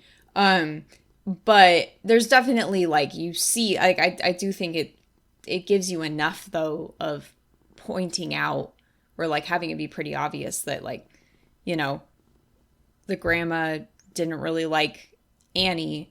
They didn't have a good relationship, and then Annie doesn't have a good relationship with her kids and doesn't feel, like she's also not a good mom. There's definitely like some of that stuff is I feel like it's too blatant for it not to be of an important part of what the movie is about though as well. Like not to undermine the supernatural stuff, but I think that it's still, if it wasn't meant to be that important, it wouldn't be that obvious either. See, but that I think it was important. I think it was part of the experience of, as a first-time viewer, what's happening? Is this all in the damaged, psyche of the character? Is this, am I watching this from their perspective and none of this is actually happening? Hmm. How much of this is real? So I do think it is important. Thankfully, it was all just in your psyche. Like, it So was all Yeah, a the old dream. Shuttered Island move. a lot of people are disappointed in the fact that that he actually does give closure at the end of the movie, where you get to, at the end that this Yeah, is all okay, so supernatural and stuff, and they want to be able to interpret it themselves as to whether yeah, you agree? yeah. Thanks for mentioning that because actually that was a thought I had at the very end where Joan is kind of almost narrating what's happening. I think omitting that would have been perfect because then you have a more open-ended ending where you can kind of speculate about what was real and what wasn't, and like there's plenty of clues throughout the film to kind of pick up that you could reach the conclusion of exactly what she's talking about at the end of the film without actually having that being explicitly stated at the end of the film. Yeah, and my thing is, so that's, yeah, a very subjective thing, like how you prefer the ending to be, but I really like the ending because the way that the music changes into a serene vibe, and I feel like the music for the most part follows whatever's happening on the screen in the perspective of the person. So if somebody's going through something really traumatic and eerie and all that kind of shit, then the music reflects that. Mm. As soon as the cult wins and Paimon is finally inside the vessel that he wants, it's very not just happy but like content sounding, and like everything is Hmm. right with the world. And he gets up there and everybody is, bowing down to him naked, and you see this coronation take place. I loved it. It gave me so much. No, I think it's great. I think everything about the last scene is pretty great, other than the dog. But I just think that like the narration about like here's the summary of like why we were doing all this stuff feels unnecessary because like I said, there are clues throughout the film where you can pick up, like when she glances at the highlighted section of the book where it's talking about how it needs a male host and like all this kind of stuff. Like, I don't Yeah. really need it told to me at the end. Like, make Yeah, it I think open you ended so could, that like I can reach this conclusion, but also I can kind of like, you could consider, leave all of the shots the same and the music the same. You Yeah, just don't okay, I think need I the agree. Yeah, narration. Yeah. Yeah. I think some of it's Because part of the it's spelling it coronation, out a little bit too like much. ceremony wise, but it does feel like a bit of It exposition. Like, doesn't why are we tell like feel, everybody here knows what just happened? Why are you yeah, explaining this to them? it doesn't feel like maybe they're trying to make it part of the coronation thing, but the way it's worded doesn't feel like it's part of a ceremony. It feels like we just want to make sure that everybody connected all of the dots and is Yeah, following yeah. along so we this can is what wrap this up happened. now. Like, which is so weird because it doesn't feel like he's the kind of filmmaker that the rest of the movie kind doesn't of feel like has that to at like all. bottle feed the audience, you know? You know. Yeah, the rest of the movie really doesn't have any elements of that. Like, Right. so much of the dialogue and what happens is so, like, the exposition is not in your face. Like, it is very much like you need to be thinking about it and paying attention and, like, observing what's happening, putting things together. And then, yeah, to have you turn around at the very end and be like, here's a quick recap. Like, it is a little odd. Like, it's almost like, again, like, you see in other movies of like just like you didn't quite trust the audience to get what you wanted out of it, Yeah, yeah.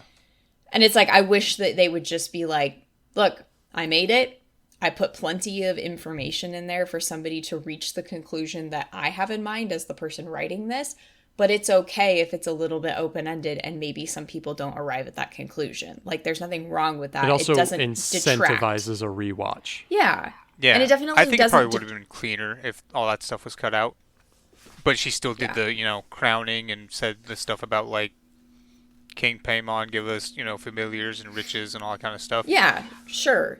The stuff that feels like it's actually part of the ceremony. But I like, don't know. I kind of like the idea of there's no dialogue in the last scene. I think I keep all the visuals but no dialogue.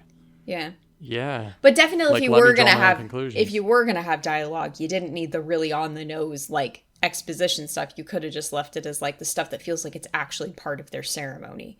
Where it's like, okay, this would be a believable thing for them to be saying. Whereas like them explaining the plot of the film does not feel like a believable part of their ritual or whatever. Yeah. I also think I think you could be even a little more cryptic with it.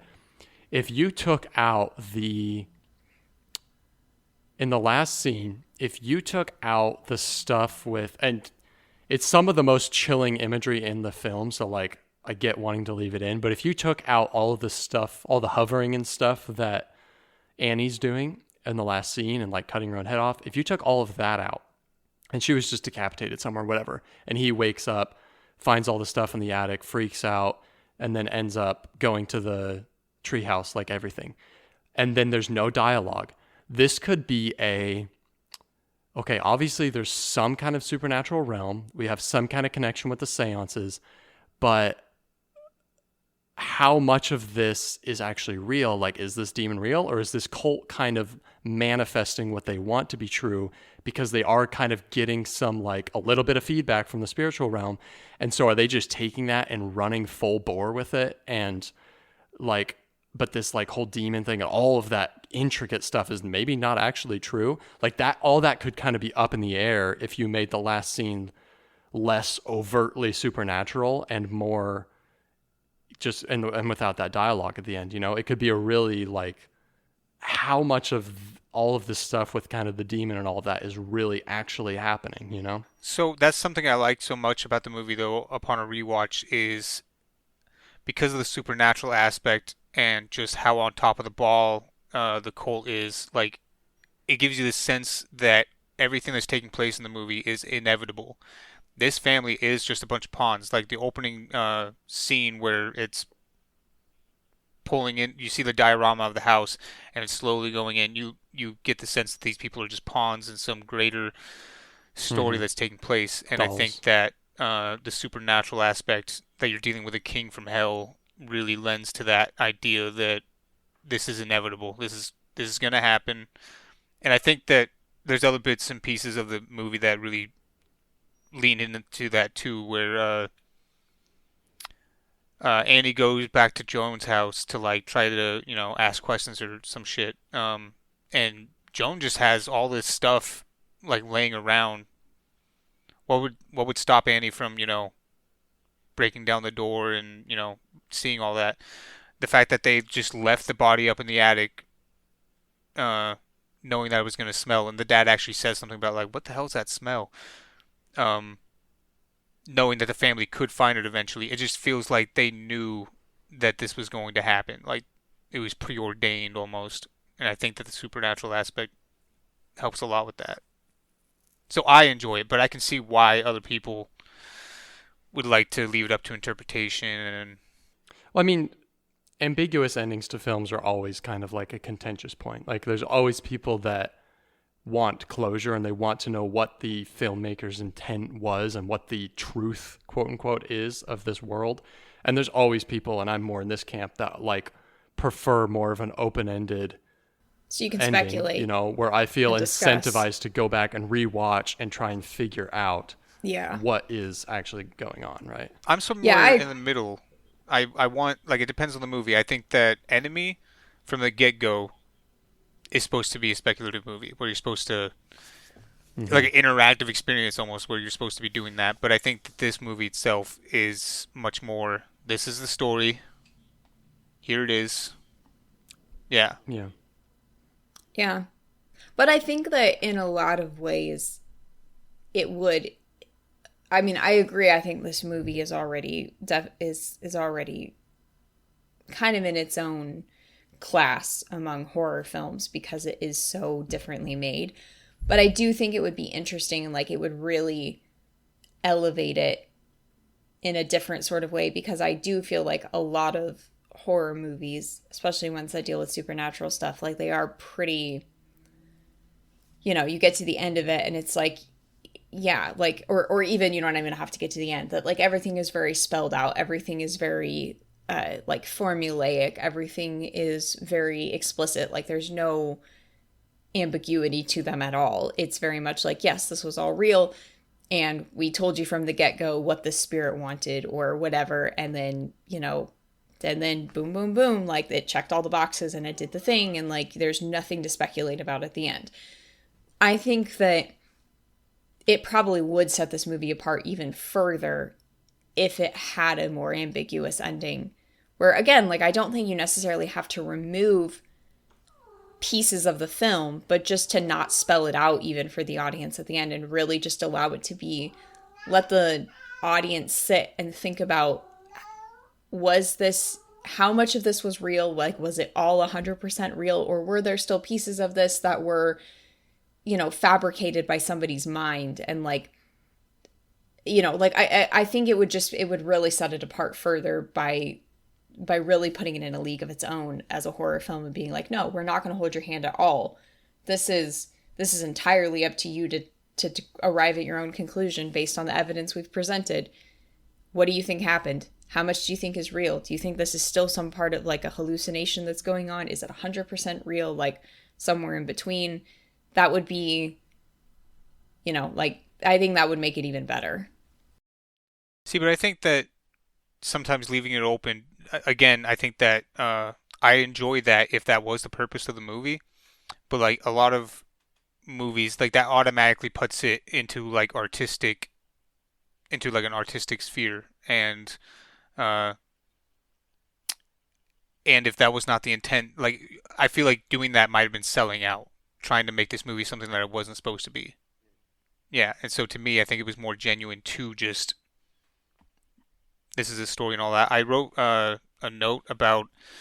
So I don't know if you guys remember this, but in the very beginning of the movie, I think it's the first scene inside the school. The teacher is asking a question about the lesson he's teaching, about Heracles and what his biggest flaw was, or something like that. And one of the students answers that he was arrogant, and the reason why he was arrogant is because he was ignoring all the signs inside of the play, and how he was just a hopeless pawn and all this kind of stuff. And upon a rewatch, I really enjoy that because, yeah, there are so many signs going through that if you ignore, you're arrogant, and the family is arrogant.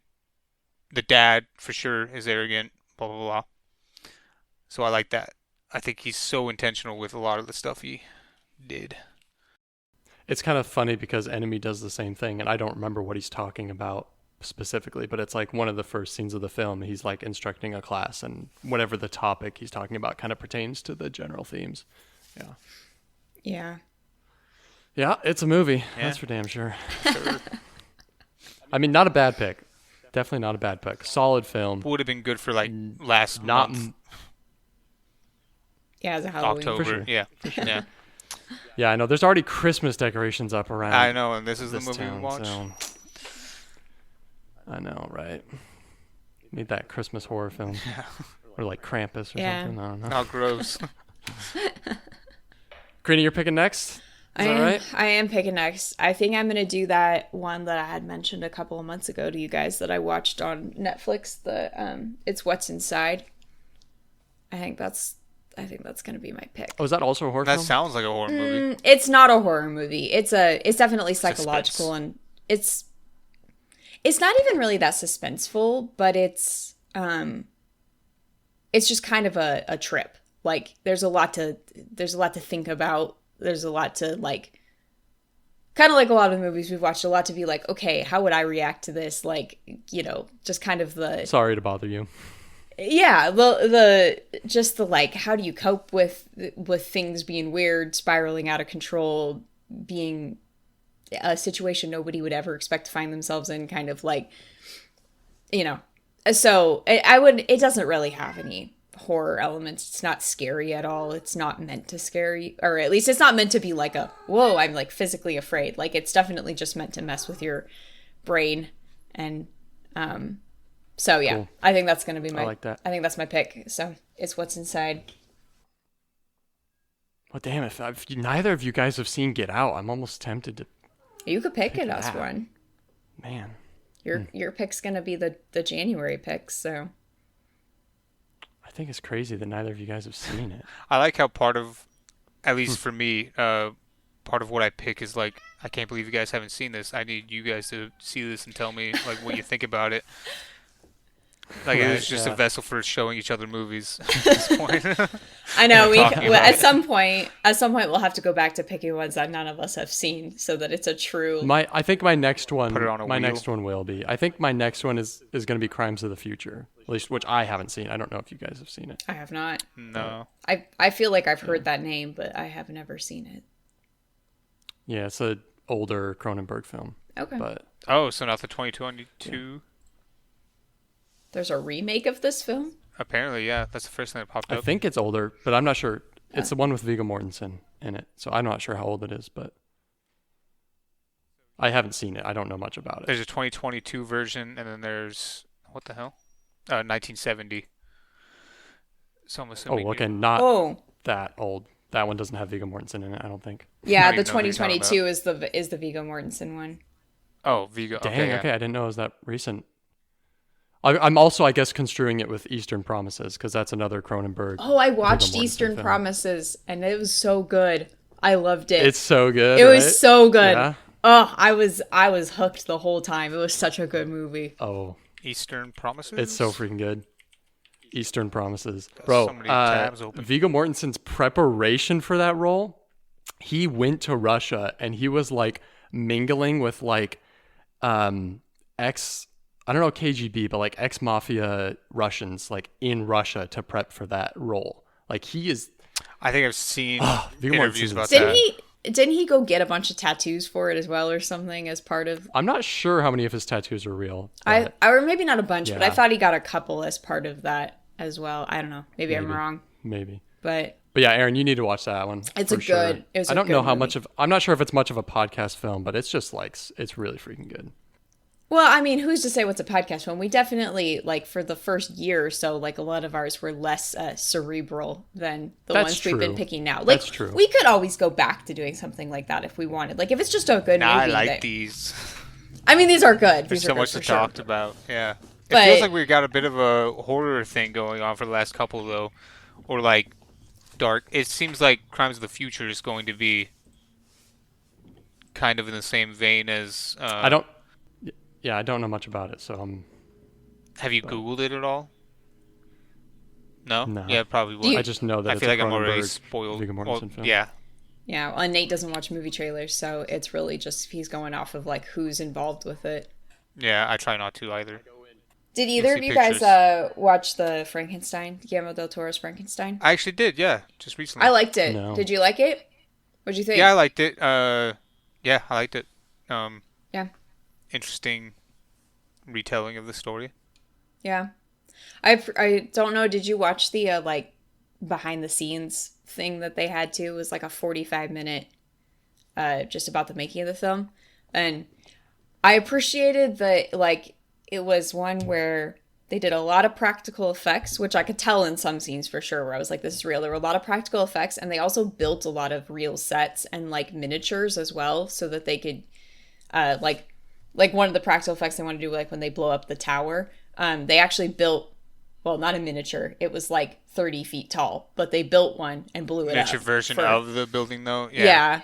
Yeah, so like they did a lot of that. There were a few sets where they built like the entire thing, like they built it as a whole room, like his workshop, and then built it so that they could move any wall that they needed to bring the camera in, but they built like the whole building or like this whole room and everything instead of just doing like the little pieces that they need and then kind of doing the rest green screen or whatever. So I appreciated that it was kind of a return to form in some ways of filmmaking that you just don't see a lot of anymore.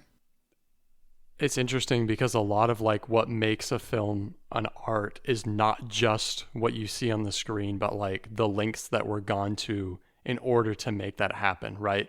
And so that's part of what makes things like Marvel films and Star Wars films so genuinely unimpressive is that like the people that are making it, you don't feel that like they're pushing the envelope or like they have a passion or anything, you know? And then stuff like what you're talking about, I mean, I haven't seen it, but like that kind of intentionality expresses like how truly important this is to the people that are making it, right? Like they want this to be good. Like they want it to be something different and impactful, and they want to put heart and soul into it, and they want it to be something that is still being watched decades later. Yeah. Right? Yeah, and I think probably just some of it is understanding too that it just, if you care about filmmaking as an art, like there is such a difference in how a film looks and how the audience enjoys it when you actually put in the effort to build real sets and go on location and film things and use practical effects. Like, Best example, in my opinion, is Mad Max Fury Road. Like, that is like almost peak, like trying to minimize the amount of CGI we're using and showcase doing stunts, having real explosions, having practical effects, like all of that. To me, that's like a poster child. I mean, I know it gets brought up all the time, but also, I mean, the Lord of the Rings films are great about that too. Like the amount versus the Hobbit specifically. Oh yeah, right? I mean the amount of set pieces they built for those movies and did them full size, like pieces of it, so they could actually ride a horse through there or whatever, and like the amount of care that went into it, the number of practical effects that, you know, prosthetics instead of CGI for most things. Like, and again, it's why you can go back and watch those movies over 20 years later and they look incredible because, and like none of the magic is lost because technology has moved on. It's like, no, they still look excellent. They still feel so immersive and so real. And it's unfortunate that so many filmmakers don't make movies like that anymore. Like, I know another good example. I don't know if either of you have watched it. If you haven't, I'd recommend it. Godzilla -1. I do need to watch That really movie was incredible. It was made on like basically a shoestring budget compared to what Hollywood makes things on. It looks phenomenal. And again, it's just like being smart with how to utilize your budget and actually having the care to build real sets, create miniatures, actually destroy things instead of doing it all in a computer. And like that movie looks so good, and it's a great movie. I mean, like it was just a well told story and everything too. What but like, universe am I in where you guys are recommending Godzilla movie to me? This is crazy. it's so Bro, good. I mean, I haven't seen a lot of Godzilla movies, but I would be shocked if somebody could make a solid case or a solid argument for any other Godzilla movie being better than that one. I've There's no heard way. Especially really good because things it about all takes place in Japan. It's made by a Japanese studio. Like it's lot of passion just behind it. different. It's not Yeah. Hollywoodized. Yeah, it's so good. Like everything about it is just excellent. Like because so much of it isn't about the monster either. Like it has a really good story too. The characters are compelling. Like his journey, like his arc, that main character is a very good one. And you just the fact that he's a kamikaze pilot Okay. and like that whole thing. I know. Like that's what I'm saying. Like his arc is so good to go from what he is at the beginning of the movie to where he ends up at the end when he's like, all right, I'm taking this seriously now. Like I'm actually ready to put my life on the line. Okay, like, no it's just- spoilers. I'm going to watch that movie, so you All just right. simmer down. Aaron's like, pump the brakes, my Well, man. for sure. Okay, so my dad, when he was growing up, he really liked Godzilla movies. So when I was growing up, we literally had a Like the ones from the 50s. No, I mean Because like we grew yeah, up probably, watching those. The And ones they're from the good. 50s? Like they're yeah, fun. they're something on their own. Kaiju movies. I mean, Yeah, um, kaiju movies are great. my dad though had like most of the movies that were like I think from like 90s and 80s stuff with like Mothra and Gigan and King Ghidorah and just we had an entire dresser drawer that was just filled with VHS tapes, and so I've seen a lot of Godzilla growing up. I need to watch that. I do. Yeah. You won't be disappointed. Yeah, I would skip the ones with that girl from Stranger Things or whatever. Yeah. Yeah, so I watched the I can't first remember her name now. new one. Like when I don't know, he was like revitalized or whatever, and I really enjoyed it.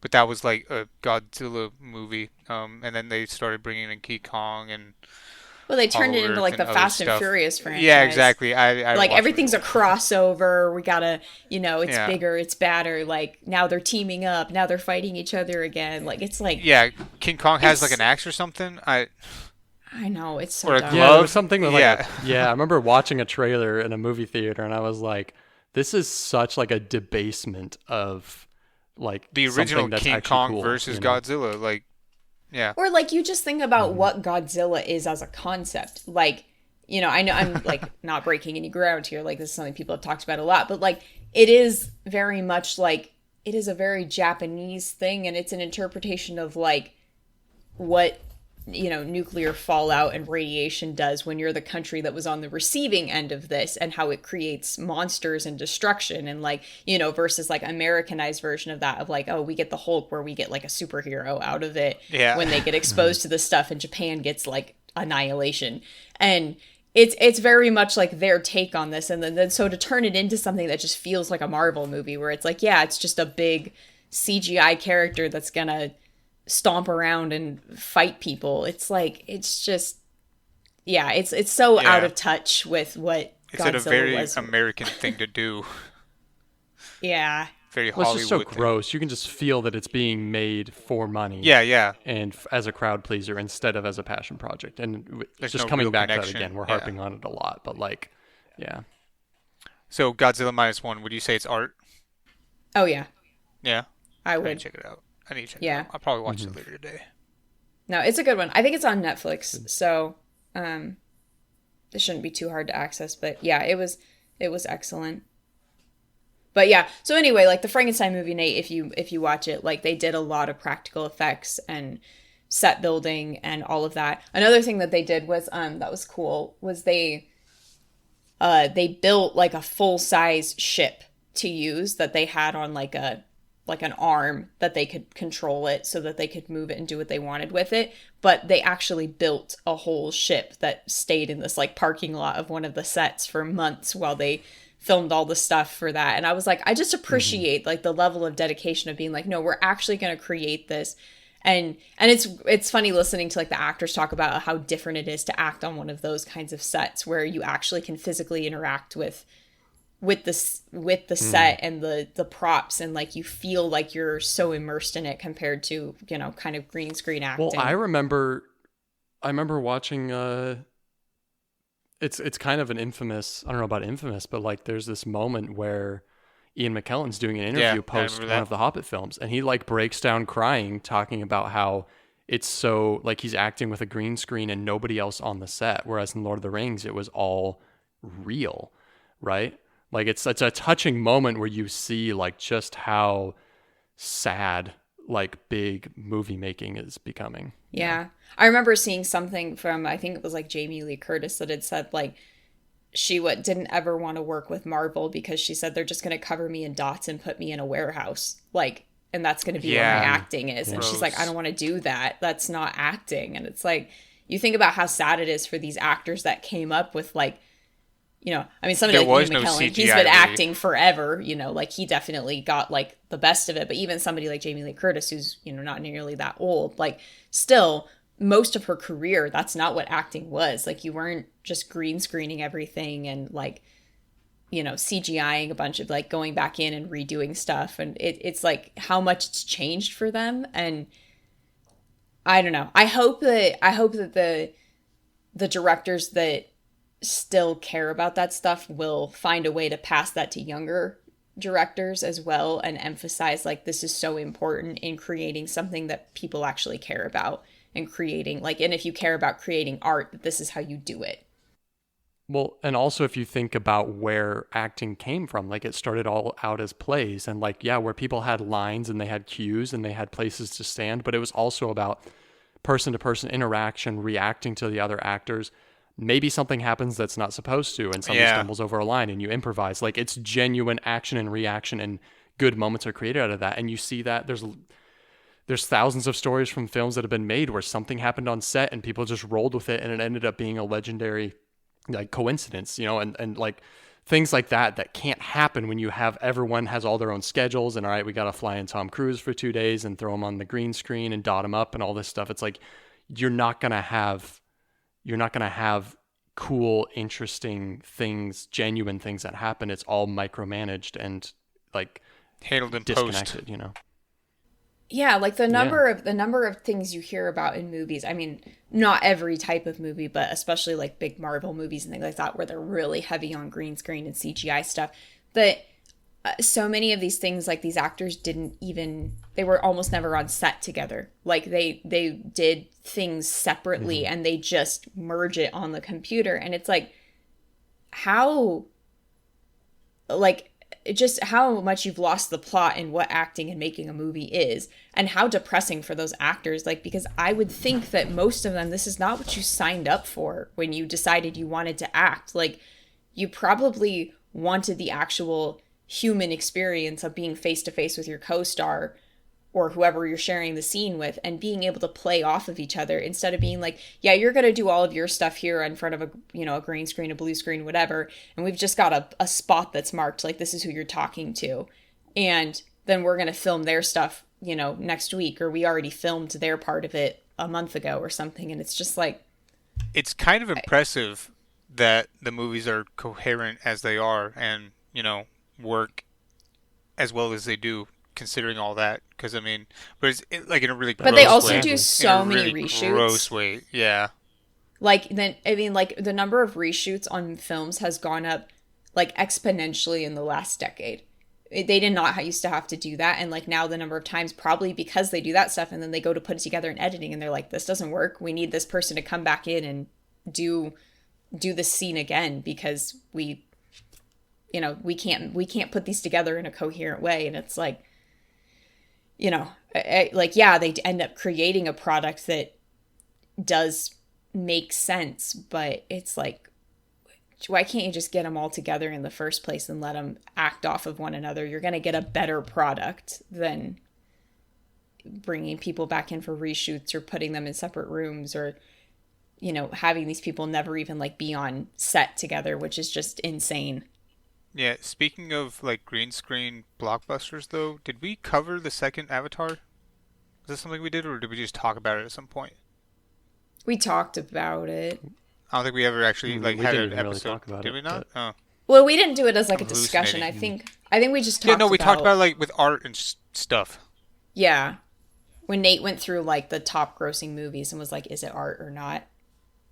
I don't And we know if you guys talked about are aware, they're making I a know new there's one. another one. Yeah. Comes out in December, right? Well, he's got like 5 in the pipeline, bro. Yeah, I know. I didn't think they were actually going to go through with it, though. And I think that this one will really be the Right. test to see if, you know, retention is good enough to make a Marvel fucking universe out of the Avatar I mean, my story, which expectation, is though, is that ironic. it's gonna be exactly the same as the last two, because the second one was basically just a remake of the first one in a different setting. Probably, but and- this one's fire. I know, but I'm just saying, it's just like new setting, probably a similar plot line, which means that, like, But with I mean, fire. oh, okay. Yeah, I know. I think it's really interesting that he's running with this, because the first one came out in like '08 or whatever. Yeesh. And there was so much time in between that and the second one that it was like, we all knew, like, it kept, like, you'd get updates almost like Elder Scrolls 6, where you're like, he's still working on it, it's gonna happen, you know. And it's like, I genuinely thought it wasn't going to, because the first one was so good. It's like, how do you follow that up, right? And he didn't. Like, yeah, he made another movie, but not one worth watching, you It know. wasn't And so why would we groundbreaking like expect the other anything one. different Yeah. from the following ones? No. Well, I like, think we There's should nothing watch the special third about that one, second though. one. I think we should watch it. We should cover it. I kind of might be down just to Just have to- finally a shitty movie that we can talk trash about. That, too. We should do Jurassic World 2 at some point. As much as I hate saying that, it's my tag on fucking Instagram. I think that'd be hilarious. I think, wasn't it the whole reason why we started this? I think we talked about that before. Yeah. Yeah. Yeah. I mean, Be I'm nice to down. turn I'm the- down to do some shitty movies just to totally, like, drag them. Ah, but it's Throw a so wrench much in it. fun to do these ones. It is. It you know? is. It is. But also, like, It's almost like we need to do a double feature where we watch like one piece of trash and then we like start out with that and then we can transition Palate to like Cleanser something is the real actually good. movie. Yeah, yeah. You know what? I'd be down to do a double feature too. Like, if it means like, hey, we're gonna spend like 20 minutes just shitting all over this movie for being as like terrible, and then like, all right, we'll move on and talk about a real movie now. I don't Like, know. I had shit something to hard, say. dude. I shit hard. I want as much time as I can possibly Contextualize. have. I want to shit on a movie hard, dude. Okay, so then maybe what we do is like, maybe not double feature Let it me in the cook. same episode, but like we could double feature in the same day, where like we could record two if we wanted, like go back to back. and be like, okay, we watched the terrible one. We're going to do an episode where we just talk about that one and release them as separate episodes. Oh, man, see, if we had any kind of a following, this would be our paywall. This would be like for our Patreon subscribers. They get the rage. They get the rant. Oh, man. Hey, guys, if you want us to start a Patreon, go ahead and leave a comment at the bottom of the video. Yep. Do that. If we get one comment from somebody who doesn't know any of us, we're going to do it. All right. I'm down. Make a fake profile. Okay. Well, that was Hereditary from 2018. And, yeah, it's a movie. That's for damn sure. Good pick, Aaron. Thank you. Yeah. Despite the fact that I kind of didn't like it, but I also appreciate it. But I also didn't like it that much. But I did like it. Yeah, of course. Nate's traumatized, but... I am, though. I 100% am. Like, it's been a while since a film traumatized me, but I might not sleep that well tonight, so we'll see. Hell yeah, Yeah, I'm glad to hear it. You should have watched it at night, right before bed. Big screen. Bro, I'm like trying to end this call so that I can still like kind of forget about it while it's light outside. You know what I'm saying? Yeah, I'm gonna send you gifts and stuff from the movie. Maybe little sound effects. I don't know. All right. Alrighty. I'm gonna stop Until next time. recording. All right.